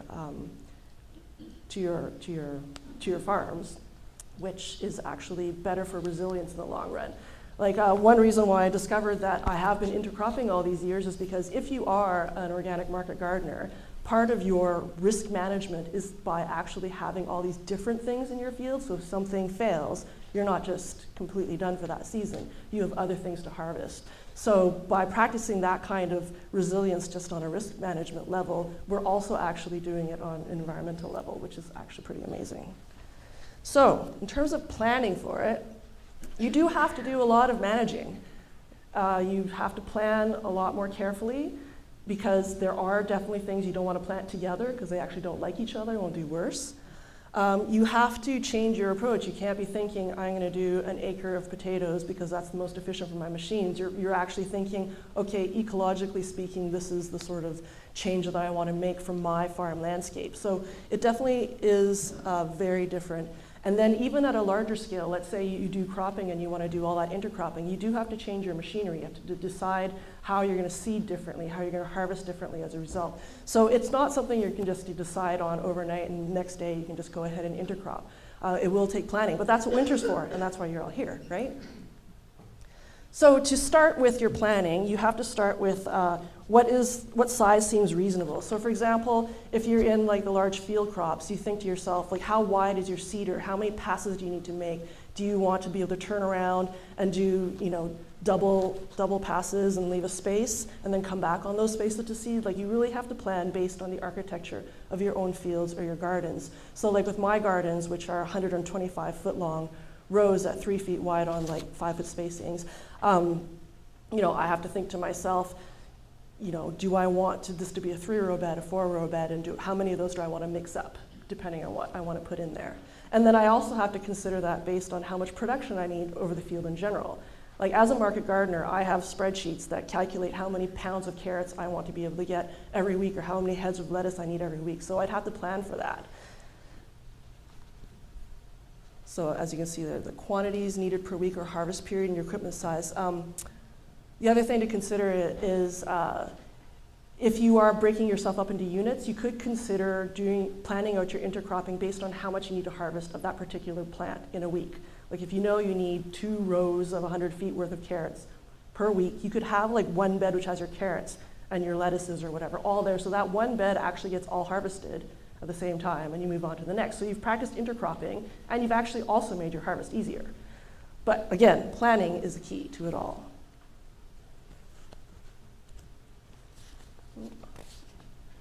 So combining crop care and characteristics. Okay, so I have a much larger list here. Okay, so when you are making all these plans, it's not just about your harvest units or whatnot. You should think about your irrigation setup. For example, if you use drip lines for some plants and then there's others that you're using overhead spray, you don't want to combine those two. You don't want to overhead spray all your tomatoes, which would prefer drip lines. So you want to make sure that you're also planning for that. You should be planning for the size of your row cover. Do you have 10-foot row covers, 20-foot row covers, 5-foot row covers? Your insect netting, if you have caterpillar tunnels, how wide are those? If you're using mulch, whether black mulch or anything. So like all of these things are going to be part of your planning to figure out how you're going to care for your crops while mixing them up in a single bed. Oh, there it is. That was where it was. Okay, and so we've talked about this already. You want good soil coverage because the more that you've planted that covers the soil, the less weeding that you have to do. I used to have 6-foot centers for my bed, so I'd have a 3-foot bed and 3 feet to move in and put my wheelbarrow or my cart or whatnot. And I've moved it down to 2 feet, even if I'm almost sitting in the other bed when I harvest, just to like cut out 1 more foot of weeding in a path. You should consider your microclimate. What you create in that bed, you don't want to shade out plants by combining ones that don't go together. And airflow, like I said before, is huge. So you also don't want to get to the density where air can't get through. And we saw in that picture below ground architecture, so you need to see like where the root structure of your plants would be. And here, in terms of crops, so avoid the same botanical family. Do not do this. Intercropping with cauliflower and broccoli won't really help you. You need to go cauliflower and lettuce, for example. And you need to avoid anything that stops the other from growing. So I think one of those, onions and parsley hate each other, apparently. What else do we have? That's the only one I can think of right now. But there's, oh no, sorry, not onions. Parsley and lettuce. Don't plant parsley and lettuce beside each other. Apparently they don't like each other. But onions and carrots do like each other because their different smells actually repel each other's pests. So that's something to consider. And as we mentioned earlier, you can mix different varieties in a bed as well, and that will give you some diversity. And here is the last slide. And these are all pictures from Christine's garden. That's her son, Oscar, from earlier years there. So this first picture has, that's funny. She actually reversed them in my, okay, so this picture here, these are trellis tomatoes. You can see there's onions there, and I think these are carrots right here. And in some other in-betweens, she's got watermelons.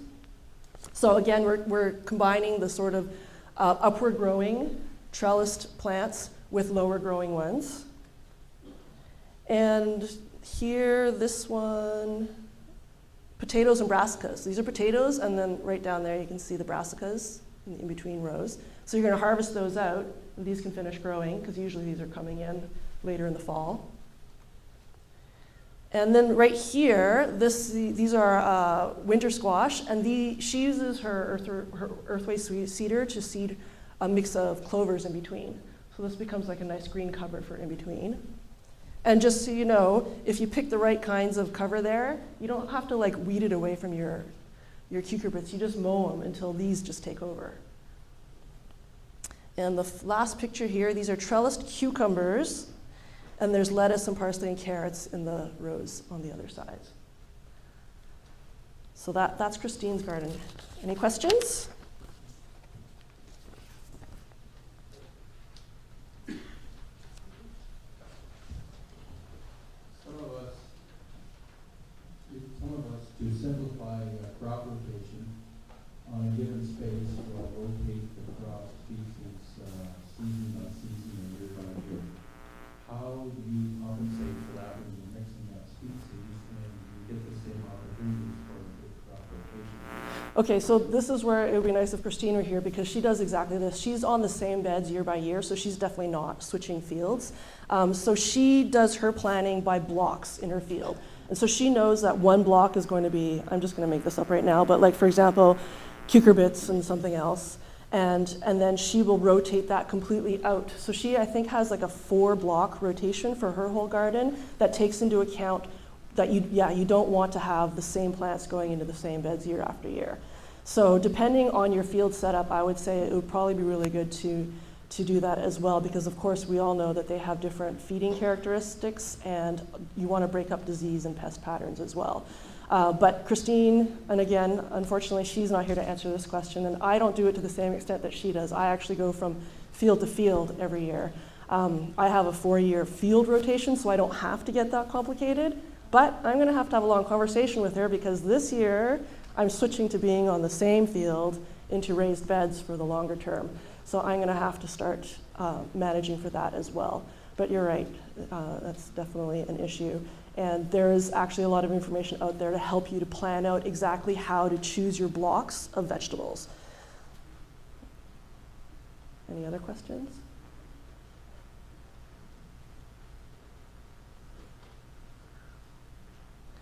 Well, Christine is also part of Eat Local Grey Bruce, and I'm sure that if you have any specific questions for her, she would be very willing to answer them. I think her email was on the first side. There we go. Or at least if you go to her website, you'll be able to find out how to contact her if you have any questions, if you want advice on how to do this. I think she also does some workshops on garden planning as well. So she's very accessible for that sort of thing. All right. So we are now going to move into our break time. Oh, yeah. Just a quick one, Brenda. Like, I don't know how much have you heard from Christine, like, as far as what benefits she's seen to all this? Oh, there's definitely, I almost forgot. There's a really good example to do with the cabbage moth. We all know about the cabbage moth, you know, those pretty little white moths that fly around. So a cabbage moth, to lay its eggs, has to land on a brassica a few times before it will actually lay its eggs. So if you've got a lot of other stuff in there, it will land on a few other things before it actually gets there. So it's not that you get rid of them completely, but the hope is that you have decreased them.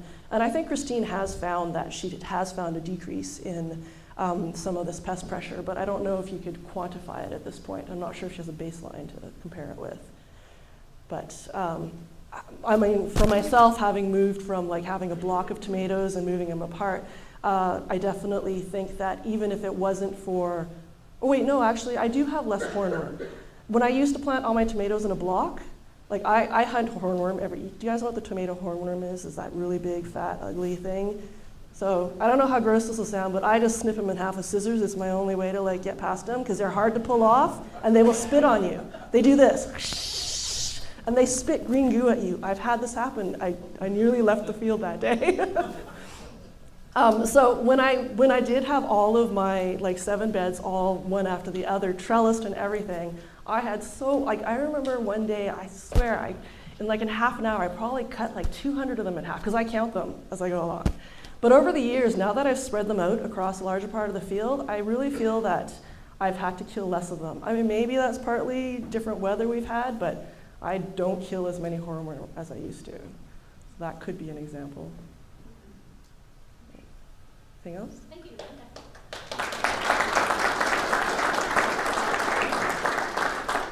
So actually, we're going to call up Tammy Fisher for the CAFA minutes now, if that's all right. This is just before our break.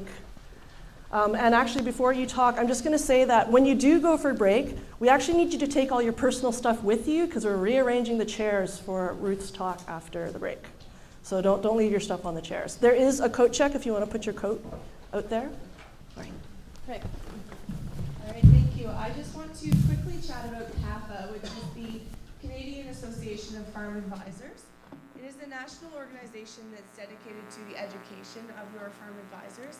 We do have a local chapter here in Walkerton, and we meet regularly. We're made up of mostly bankers, lawyers, accountants, insurance professionals, which I know is everyone's favorite people on the farm, right? But we get together and we discuss hot button topics or emerging trends or issues in the industry. We have guest speakers come in, and we are just trying to ensure that we are as best educated as possible in order to provide the best advice to you on your farm as possible. So I urge you, if you are looking for a farm advisor, look for that CAFA designation. You can look on the website. There's a list of all the local members of the CAFA group, and you know that you're going to get a great farm advisor with that group. So thank you very much.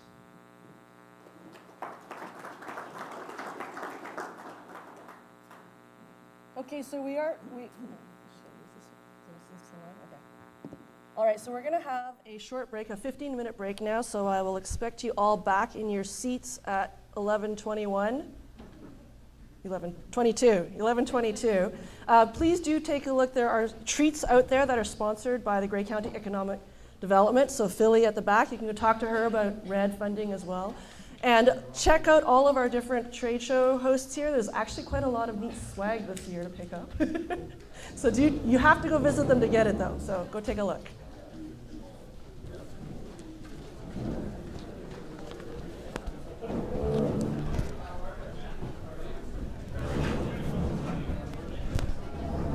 Should I leave this with you guys, or? Yes, thank you.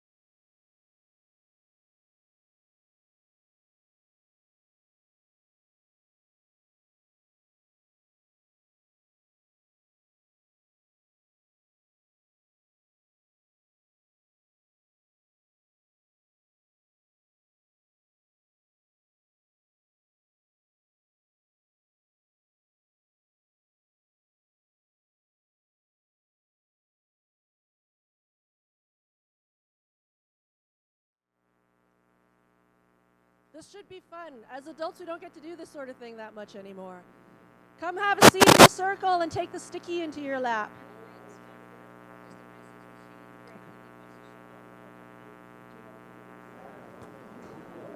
Test, test, test, test. Everybody have a seat, please. Now, while you guys are all sitting down, I'm just going to remind all of our exhibitors that for you, lunch starts earlier than for the rest of us. So exhibitors, at 11:30, if you could quietly go downstairs to get your lunch, that would be great. So exhibitors, 11:30, lunchtime, very important. And for the rest of us, please come and sit in your seats and take the sticky off the back of your chair because I think you're going to be writing on it. Come have a seat so we can see if we need to make a bigger circle. How about this? Yep, wherever you want. Doesn't matter. Cell phones. And You don't while wanna you play guys with are my finding your fork and seats, knives. I will also We're gonna have some say a fun little today. about who's running this next section. And that is Ruth Knight, who is getting microphoned up right now in the red jacket up front here. We bring in another chair. So Ruth Knight does organic consulting, and her session here is Just on pull soil these back health. out a bit. You She sit has down. 30 plus Don't go years of away. experience in organic agriculture, soil and crop management, organic certification, livestock grazing, and Nope. community Just development. make this circle longer. She started a pilot project in Erin in 2017 to measure soil health and water infiltration. So in Erin, Ontario, and then I people think don't we're get to going to be see hearing a lot face-to-face, so today it's about important what to they've know. discovered from a couple years of data now. Make that work. Yep, bring some Do people we need up more here. chairs? Come over to this end.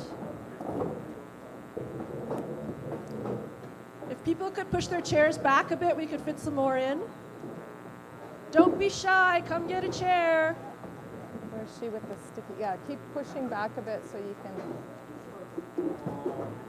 Where's the person with the sticky notes? Where's Jillian? Jillian? Those standing at the back, there's a whole you have pile one? of chairs right here. Come on up. Yep, grab Brett.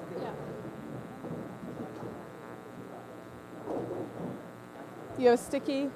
All right, and if you don't have a sticky yet, wave your hand so Ruth can get you Is it one. on the back of your chair? You got one. Hi, Gary. I suspect the better participation, the more we will all get out of this. Okay, there's a couple of chairs up here. Please, can someone fill in these spots?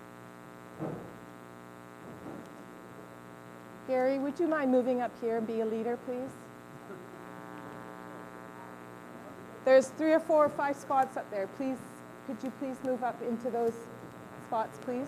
Oh, should I leave? Yes, these people back here. You cannot hide. You may. Move up here, please.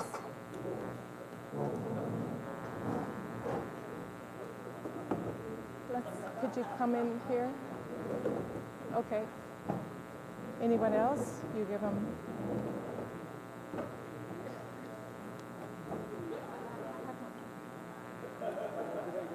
You're not feeling left out there, are you? Okay. There's an empty seat here. Either of you want to come up here? Nope. Does he want to come here?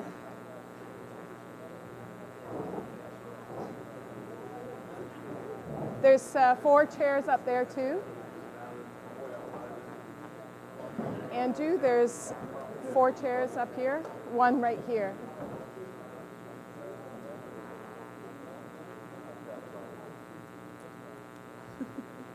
All right, Ruth. Okay. I did your intro while people were sitting, so maybe they didn't hear. But essentially, Ruth is a soil health expert, so let's listen to her now. Thank you, Brenda. And thank you to all of the committee for inviting me to be here today. I don't know if I did that, sorry. We're good? And thank all of you for the service that you do in terms of taking care of the landscape. And I want to be of service to you today in that service of regenerating soil and creating healthy food. So we're going to talk about soil, and it's really fascinating that we are discovering many things that we didn't know and completely blasting a lot of myths or things that we thought we knew about soil. So I am between you and lunch, and then after lunch we're going to do something else. So just as a frame of reference, everything that you eat and drink today at lunchtime has been in contact with soil. Everything you eat will be a part of powered by sunlight. And soil is the interface where that sunlight-powered carbon and water interchanges. Soil is a greater storage of carbon. So that's the pieces that create all the change that makes up our sugars, our proteins, all of the things that connect with all of the nutrients that we need to fuel our bodies and all the other organisms in the system. And soil is that interface. And water is also a part of that cycle. So after you eat today, you will also become part of that cycle, because what will you be releasing after you've eaten and what you're doing now? You've taken in carbohydrates, with carbon being the component of that, and you'll be releasing carbon dioxide, and now you are part of the cycle. So when I talk about soil health, I like to look at it in terms of function. So in ecological principles, the form and function fit beautifully and hopefully harmoniously, not sure I'm doing that, okay, together. So I want to frame our discussion about soil health in terms of that function of soil being part of that interface of carbon and water cycle. And this poster over here is a good frame of reference in terms of what are the soil health principles. So the soil health principles are nature has an intelligence and a symphony of how all of this form and function on the landscape works together to be of service to us as well as many other organisms. So in the context of how nature does that, it has very little disturbance, and it has a lot of biodiversity. It keeps the soil covered because that provides the home for the microorganisms that are part of this soil. And it is taking in a lot of photosynthesis, and those roots are exuding it, so you want to have photosynthetic or plants and living roots as long as possible. And also the component of livestock in terms of that being part of that cycle. In many cropping systems, we've taken that away. So this format is different in terms of you all sharing your story and you being the expertise on your farm and bringing in knowledge from experts and other farmers. So the rules of engagement are everybody accepts where you're at. We're all on this journey together, and we all have different perspectives. They're not the same, and they're different, but they're not necessarily right or wrong. We're on that continuum, and that you all get a voice. So this makes it challenging in terms of the time, and time necessarily isn't the problem. The problem is the problem, but today we have to be just thinking about having a very brief, concise answer to the question I'm going to ask you, which you're going to record on this sheet. So before lunch, we're going to talk about a soil health practice you're really excited about. And then we're going to go around, you're going to say your name and the soil health practice very briefly. And then at lunch, take note who has said something that's of similar interest to you, and try to have some discussion groups over lunch. So your lunch is sort of part of that discussion. Are you with me? Are you with me? Okay, great. So, as I mentioned, everybody is connected to soil, so even if you are not a land manager with a garden, you are an eater, and so whatever happens in the kitchen also happens on the landscape. So just a couple of minutes, and you'll have to share some writing here. Make it large, because we're going to put it on the board. What is the soil health practice you're really excited about? That you're going to talk about together and share. You don't have to be an expert, but you're thinking about it. Okay? So a soil health practice you're really excited about. Okay? Everybody has a sticky? No, the markers I had. And write big.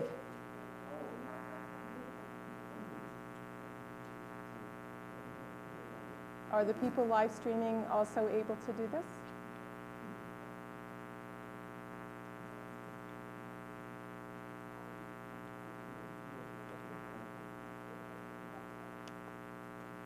Why don't you wait until the other ones give you an example and you tell us from there.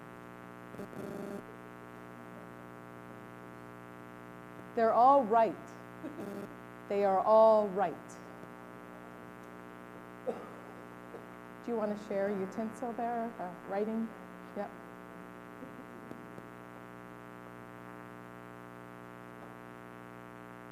Who wants to go first? Great.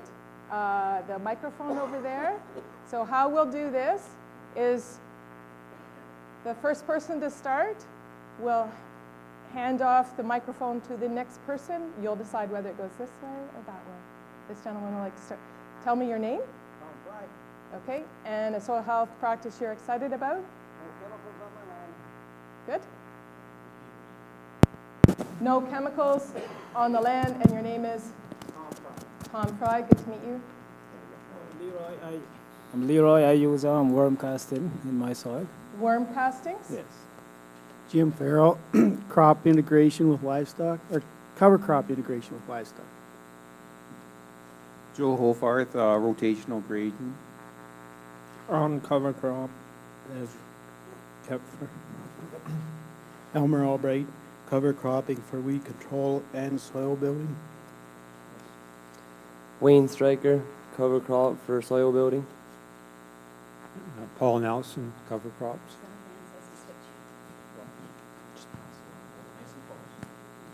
Jason Brubaker, cover crop. Laura, permaculture. Gord, putting iron oxide filings from my foot warmer in my compost. Not sure if that's good or bad. Diane, mulching. Lillian, running to grow crops with permanent soil cover. Israel Albright, grazing, cover crop grazing. Simon Jacques, low-till organic field crops. Shane, cover crops. Amy Stein, intensive rotational grazing. Gerald Peckman, keyline tillage. Lamb, pit greenhouse. Jeff Thomas of Jeff's Garlic. I use sheep manure, and that is my secret. Karina, bale feeding for hay and pasture rejuvenation. It's Butch Addisol and compost and compost tea. James Albright, cover crops. Marion Kipford, cover crops. Melinda Albright, cover crops and rotating soil. Mike Hope. Alan Albright, cover crop. Edgar Lester, cover crop. Jason Hayes and I put here, I'm just excited about John Kemp's podcast. I don't know if you guys have heard of advancing eco-agriculture in, where is he, Indiana or somewhere. Pretty neat stuff. His program's got a lot to do with foliar sprays being the quickest way through the growing plant to inject the soil with carbon. Skylar, managed grazing. Tom Sumsky, improving calcium magnesium ratios with gypsum and eggshells and soil irradiation with bacterial amendments.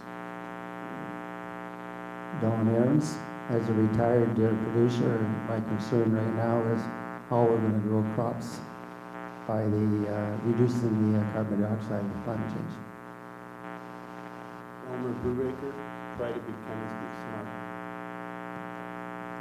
Christine Murray, cover crop for weed control and soil health. Jack Mirabel, cover crops, no-till, manure additives. Brenda, mulching.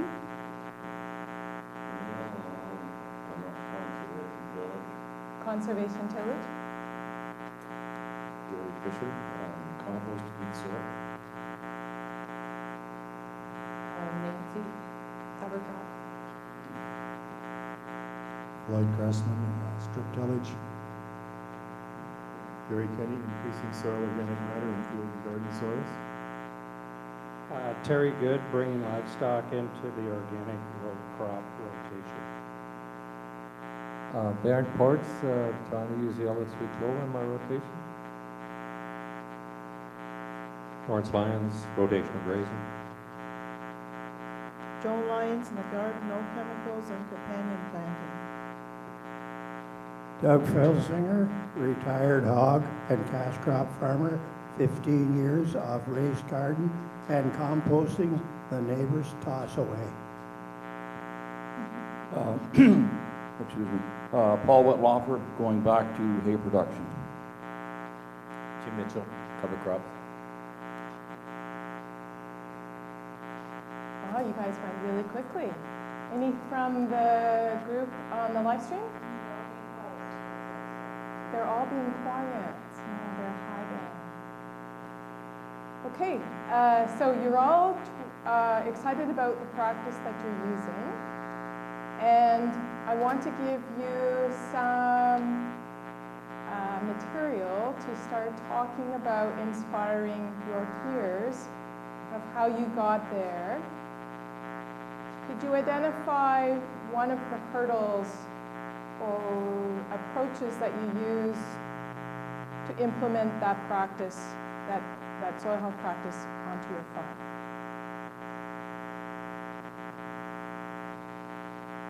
Or a challenge that you're currently trying to grapple with? Sure, a challenge.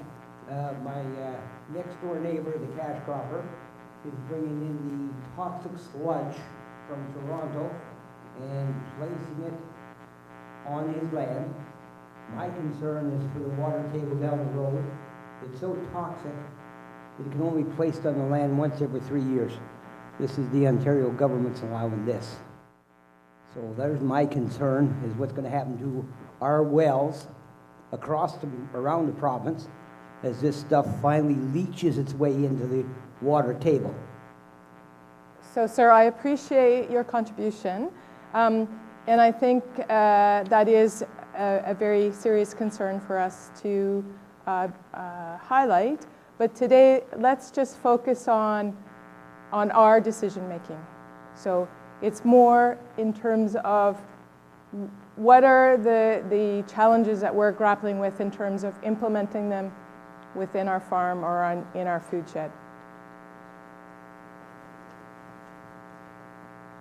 I like cover cropping. My challenge is to find the right mixtures to bring my nutrients levels back, and actually cover crop helping increase my nitrogen, phosphorus, and potash for my next crops. My challenge is to find the right combination. Selecting the right combination.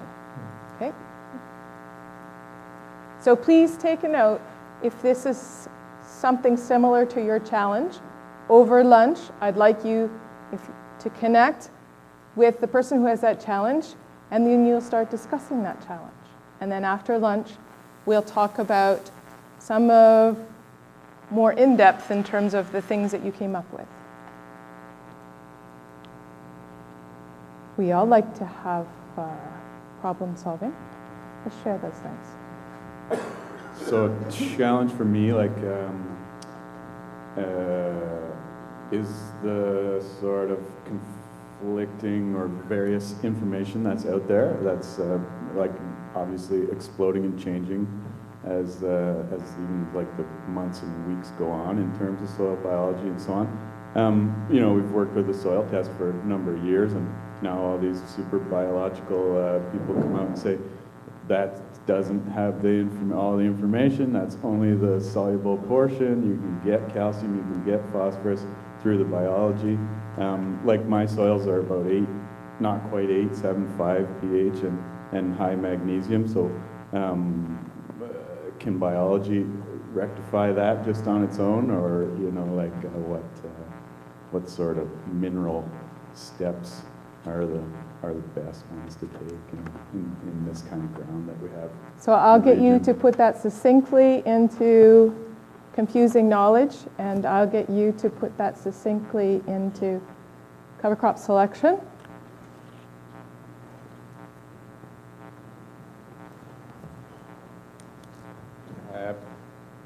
In order, growing cover crops and challenges due to low inherent soil fertility.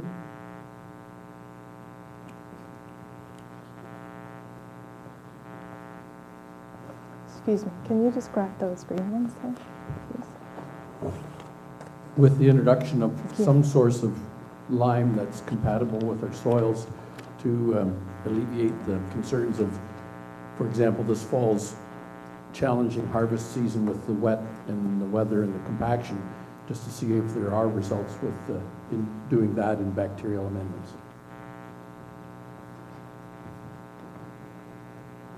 So you've identified the problem, but the tool that you think you want to. I want to know, is there a way of testing it? Okay. I want to know if anyone has successfully grazed sheep on their like summer cover crops. I've tried sorghum, Sudan grass, and millet, and my sheep just spit it out. So yeah, more information on that would be great. Is it sheep specific or any grazing? Well, horses are a bit different. Maybe cattle and sheep and goats. No, cattle and sheep. So if you would make that succinctly.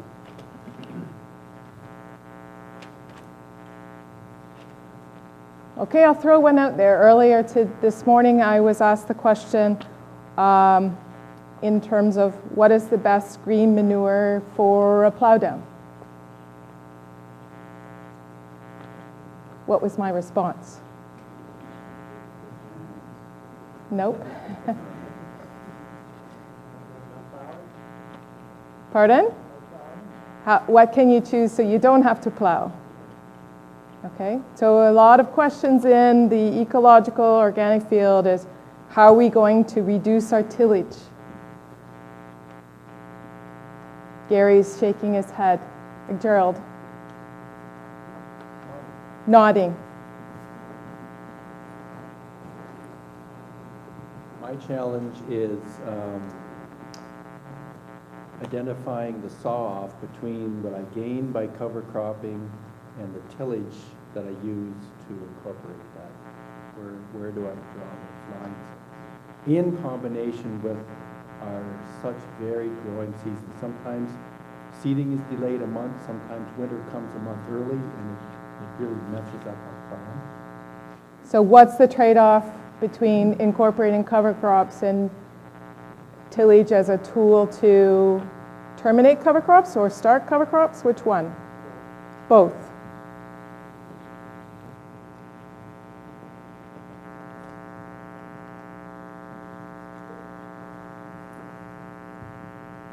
Over the years, I've probably been a grains and oilseeds guy for about 10 years. and before that was cattle business, and I'm starting to miss my manure. So we've decided with going back to the hay production is going to maintain our cash flow. That's the idea. I'm not sure on that. So we're going to be going to a 4-crop rotation. So how to integrate hay? Is that your question? Yeah. That's going to be the challenge because with your regular cash crops, you can contract them, okay, and play with Chicago. Where with hay, you're going to depend on who needs it and what quality they need. So that's going to be the struggle. So that's integrating hay and market it profitably, okay?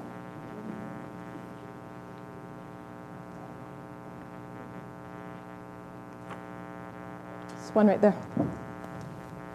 Don't forget to say your name again, please. It's Barrett Ports again. Just fertility on organic, there's lots of stuff you can buy. I just would like to know which way to apply it and what works best. Like I think foliar is probably the quickest way to get it into the plant, but how do some of these other fertilizers get nutrients as quick as foliar maybe? Efficiency of fertilizer in organic. Okay, can we expand that a bit into nutrient cycling, nutrient access? Yeah. Yes? As opposed to just a straight amendment basis, okay? Absolutely. All right.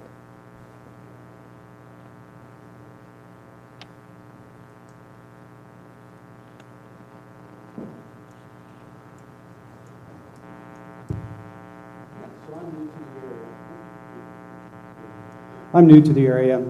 I bought 25 acres. I thought I was buying a farm. I got a gravel pit. I did one test hole, 10 feet of sand. Another one of the hills was all gravel.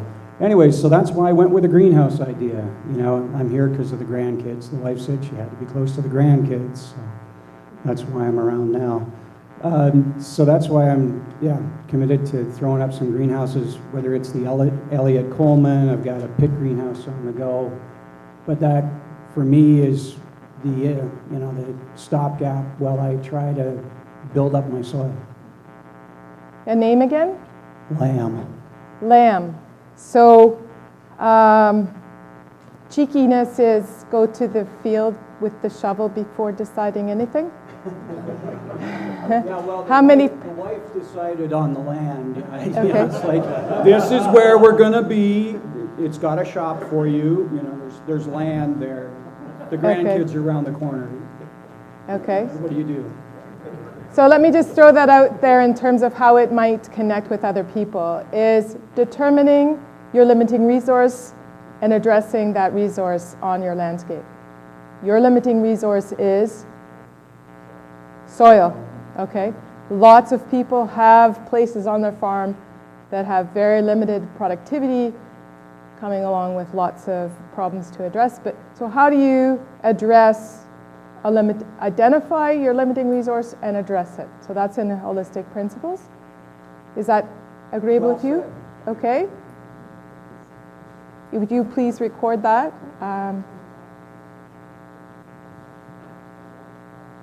Yes? With the purpose of bale feeding, my goal is I don't do tractor work, I don't like field work, so I do a pasture hay farm that I've run for 20 plus years with minimal cross seeding. I've maintained the hay and pasture, but the goal is to increase the nutrient content into the soil without me having to take the fertilizer spreader out there and put it out there.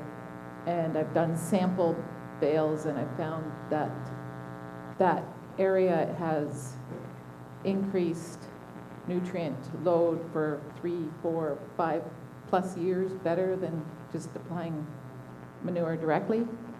So the challenge this fall was when I picked my highest, driest ground, it was still too wet. So I had to cancel it. But the goal is to get nutrient increase without using equipment and just using the cattle and the sheep. So your name again? So Karina, how many other people here are livestock grazers or are grazing with livestock?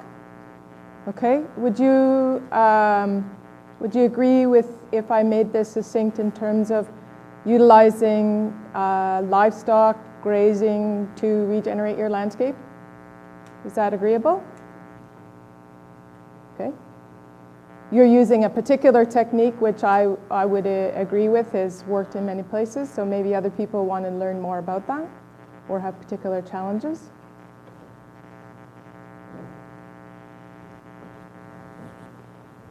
Hi, Flora, my name. I'm similar to Lam in that I'm now thinking grandkids, not me. I've gone a lot, and that's why I'm looking now into permaculture. So I'm going to leave this to the grandkids if it was permaculture is self-sustaining to a more degree. And I'm inventive with the rocks. To plant all the time doesn't make sense. So permaculture is what I'm interested even with you. What can we do that will just, doesn't have to be pulled up to the stones every year, but will produce, and I'll leave it for the kids because I'm not willing now to put that much time into it because I'd rather be with the kids who are in Calgary. So I come and go. So that's why I'm looking for a sustainable, not to make a living off of, but for the land to produce that can be used. Okay. So that's why I would even with you, like the greenhouses, what people can do on, just without the labor intensity, especially in Bentic.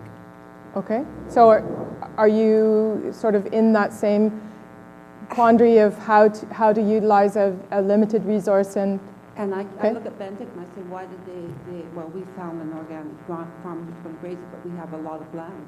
With my husband, it was meant for trees. So I'm trying to see what can we grow. Bentic is not, to grow carrots in. Okay. So it's raised beds I'm looking at, but it's a challenge. Okay. But I want to leave it for the next generation. It's not for me anymore. Okay. Anyway. So for some smaller scale, is other people kind of identify with that particular challenge? Okay. Who has experience with roller crimping cover crops and planting into them? And also, Christine Hamill had a photo of planting soybeans into standing winter wheat. Who has experience with that organically? Okay. So there's some people in this room who would be interested in utilizing the crimper roller with winter cereal for planting crops like soybeans. Anyone?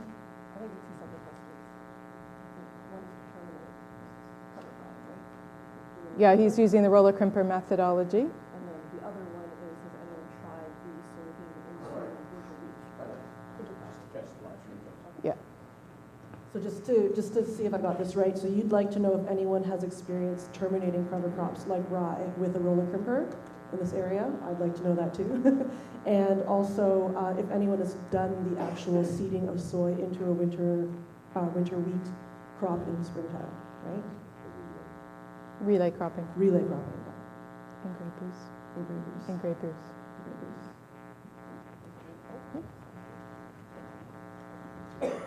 Yeah, I would like to know some more information on anybody with experience with the roller. But we have put, we did fall rye, and we did put peas into it in the spring, and then separated the two out, and it was an excellent program. Okay. Have we identified your particular challenge?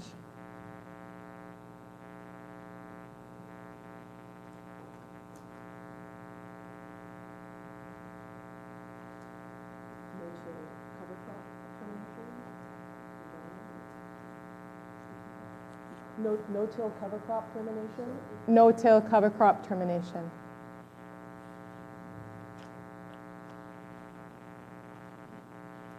How many have a hay in their production cycle? Yep. What are your options for terminating it in terms of your tool or your timing that would best optimize the soil health principles? What would you consider in your management decision making?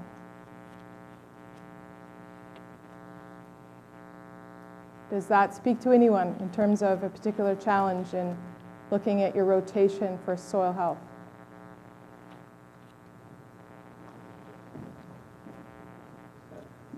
My challenge is I'm 82 already, and I've had to sell my sheep because they were knocking me down, and I couldn't really keep that manure going. So I've got another year's manure, and I was selling feed in Manitoba, and in the spring I met a man on sandy land that was plowing with a roller right behind the plow, and I've done that the last 2 years. Even in July, I would put manure on what I'd grazed, plow it under, roll it, and cultivate lightly about 3 inches, and put more rotted manure on that, and work it another 4 or 5 times before putting the garlic in. And that has been unbelievable in what it's done. I've got quick growth. I'm committed. I was a competition plower. But the Cambridge roller, immediately after the plow, before it's dry, you don't get much of a worm kill, and you get a crop on as quick as you can. I should probably put in some rye or something on. I would like suggestions as to what I can do going away from the sheep and having a 4 or 5 year hay with a 2-year plow period in between. And the plow period, the two would be 1st year garlic, 2nd year pumpkins. Okay.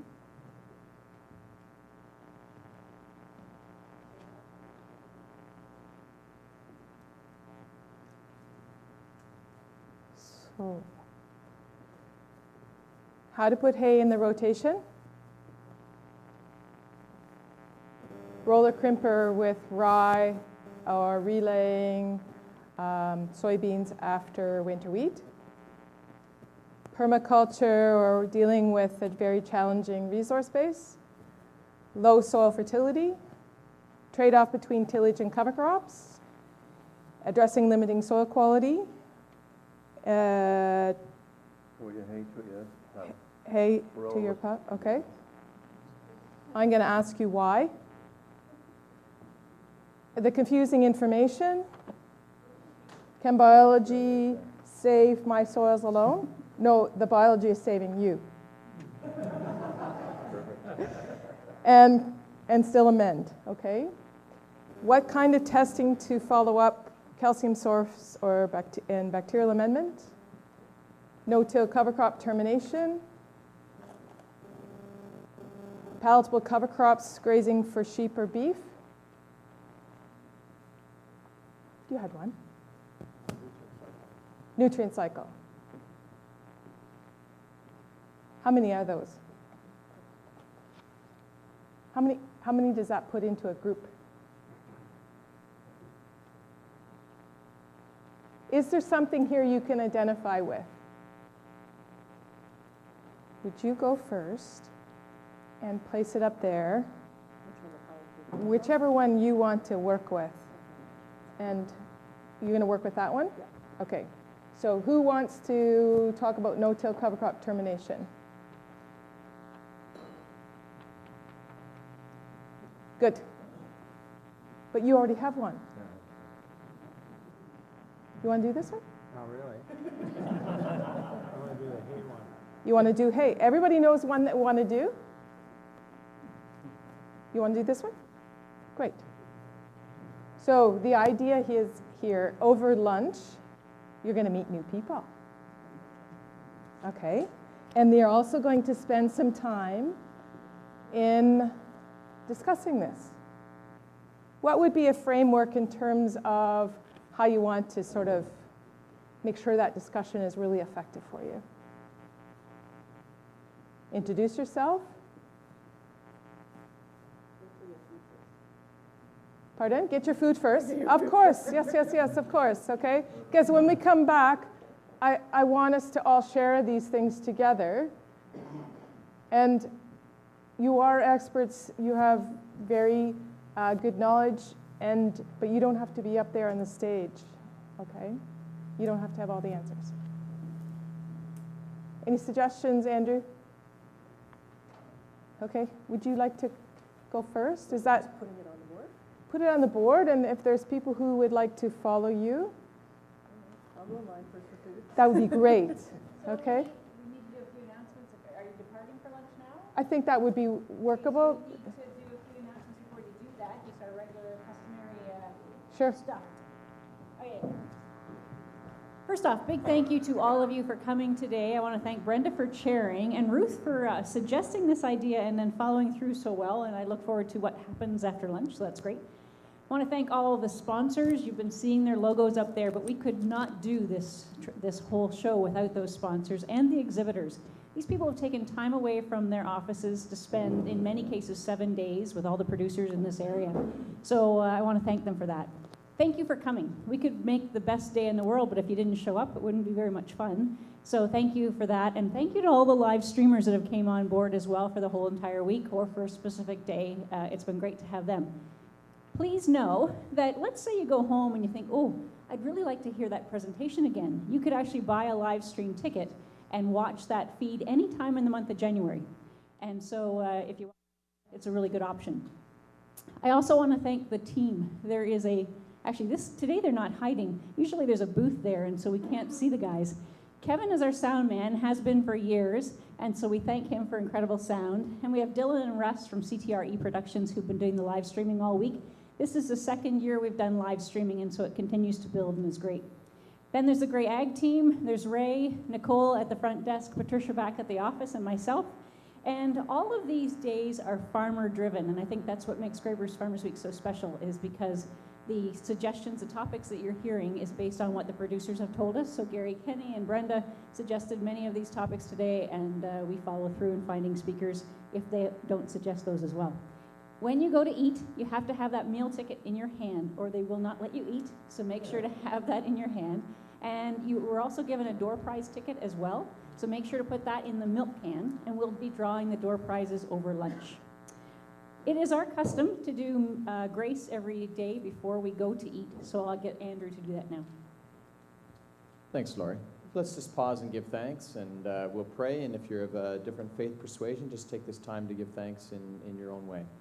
Heavenly Father, we thank you for this great day. Thank you for this opportunity to come, meet new people, learn new things, and share the knowledge that we do have. We thank you for the privilege we have of growing food which can be utilized by others. We now ask you to bless the hands that have prepared this meal for us, and may this food give us strength and health and nourishment. In Jesus' name, amen. Enjoy your lunch. Okay, just as a direction, so that you know what your groups are, you will be in a group, and also we're going to take all those stickies and put them on that board. So, and then just leave the marker here on the chair because we're going to be doing a bit more of this format. So, Mine is palatable cover crop raising for animals. Okay.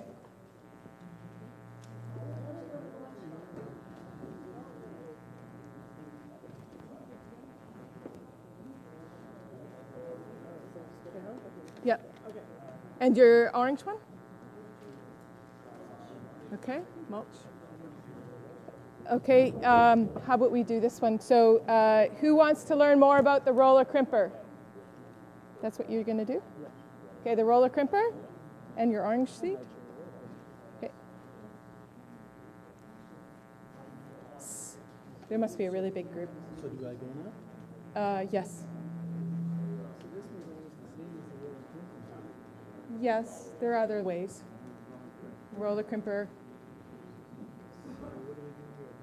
You go for lunch, and whoever is going to go to this group, whoever wants to go in the discussion of the no-till cover crop termination, just so that you go to lunch together and that you're going to have a discussion group. Yes, yeah. Try to record some of the discussion.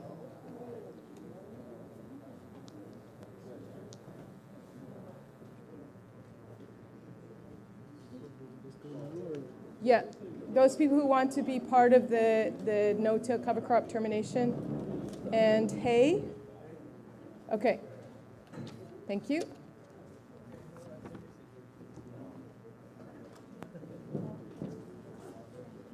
I see a lot of queries. Is there a question in terms of how this is supposed to work? Just, yes.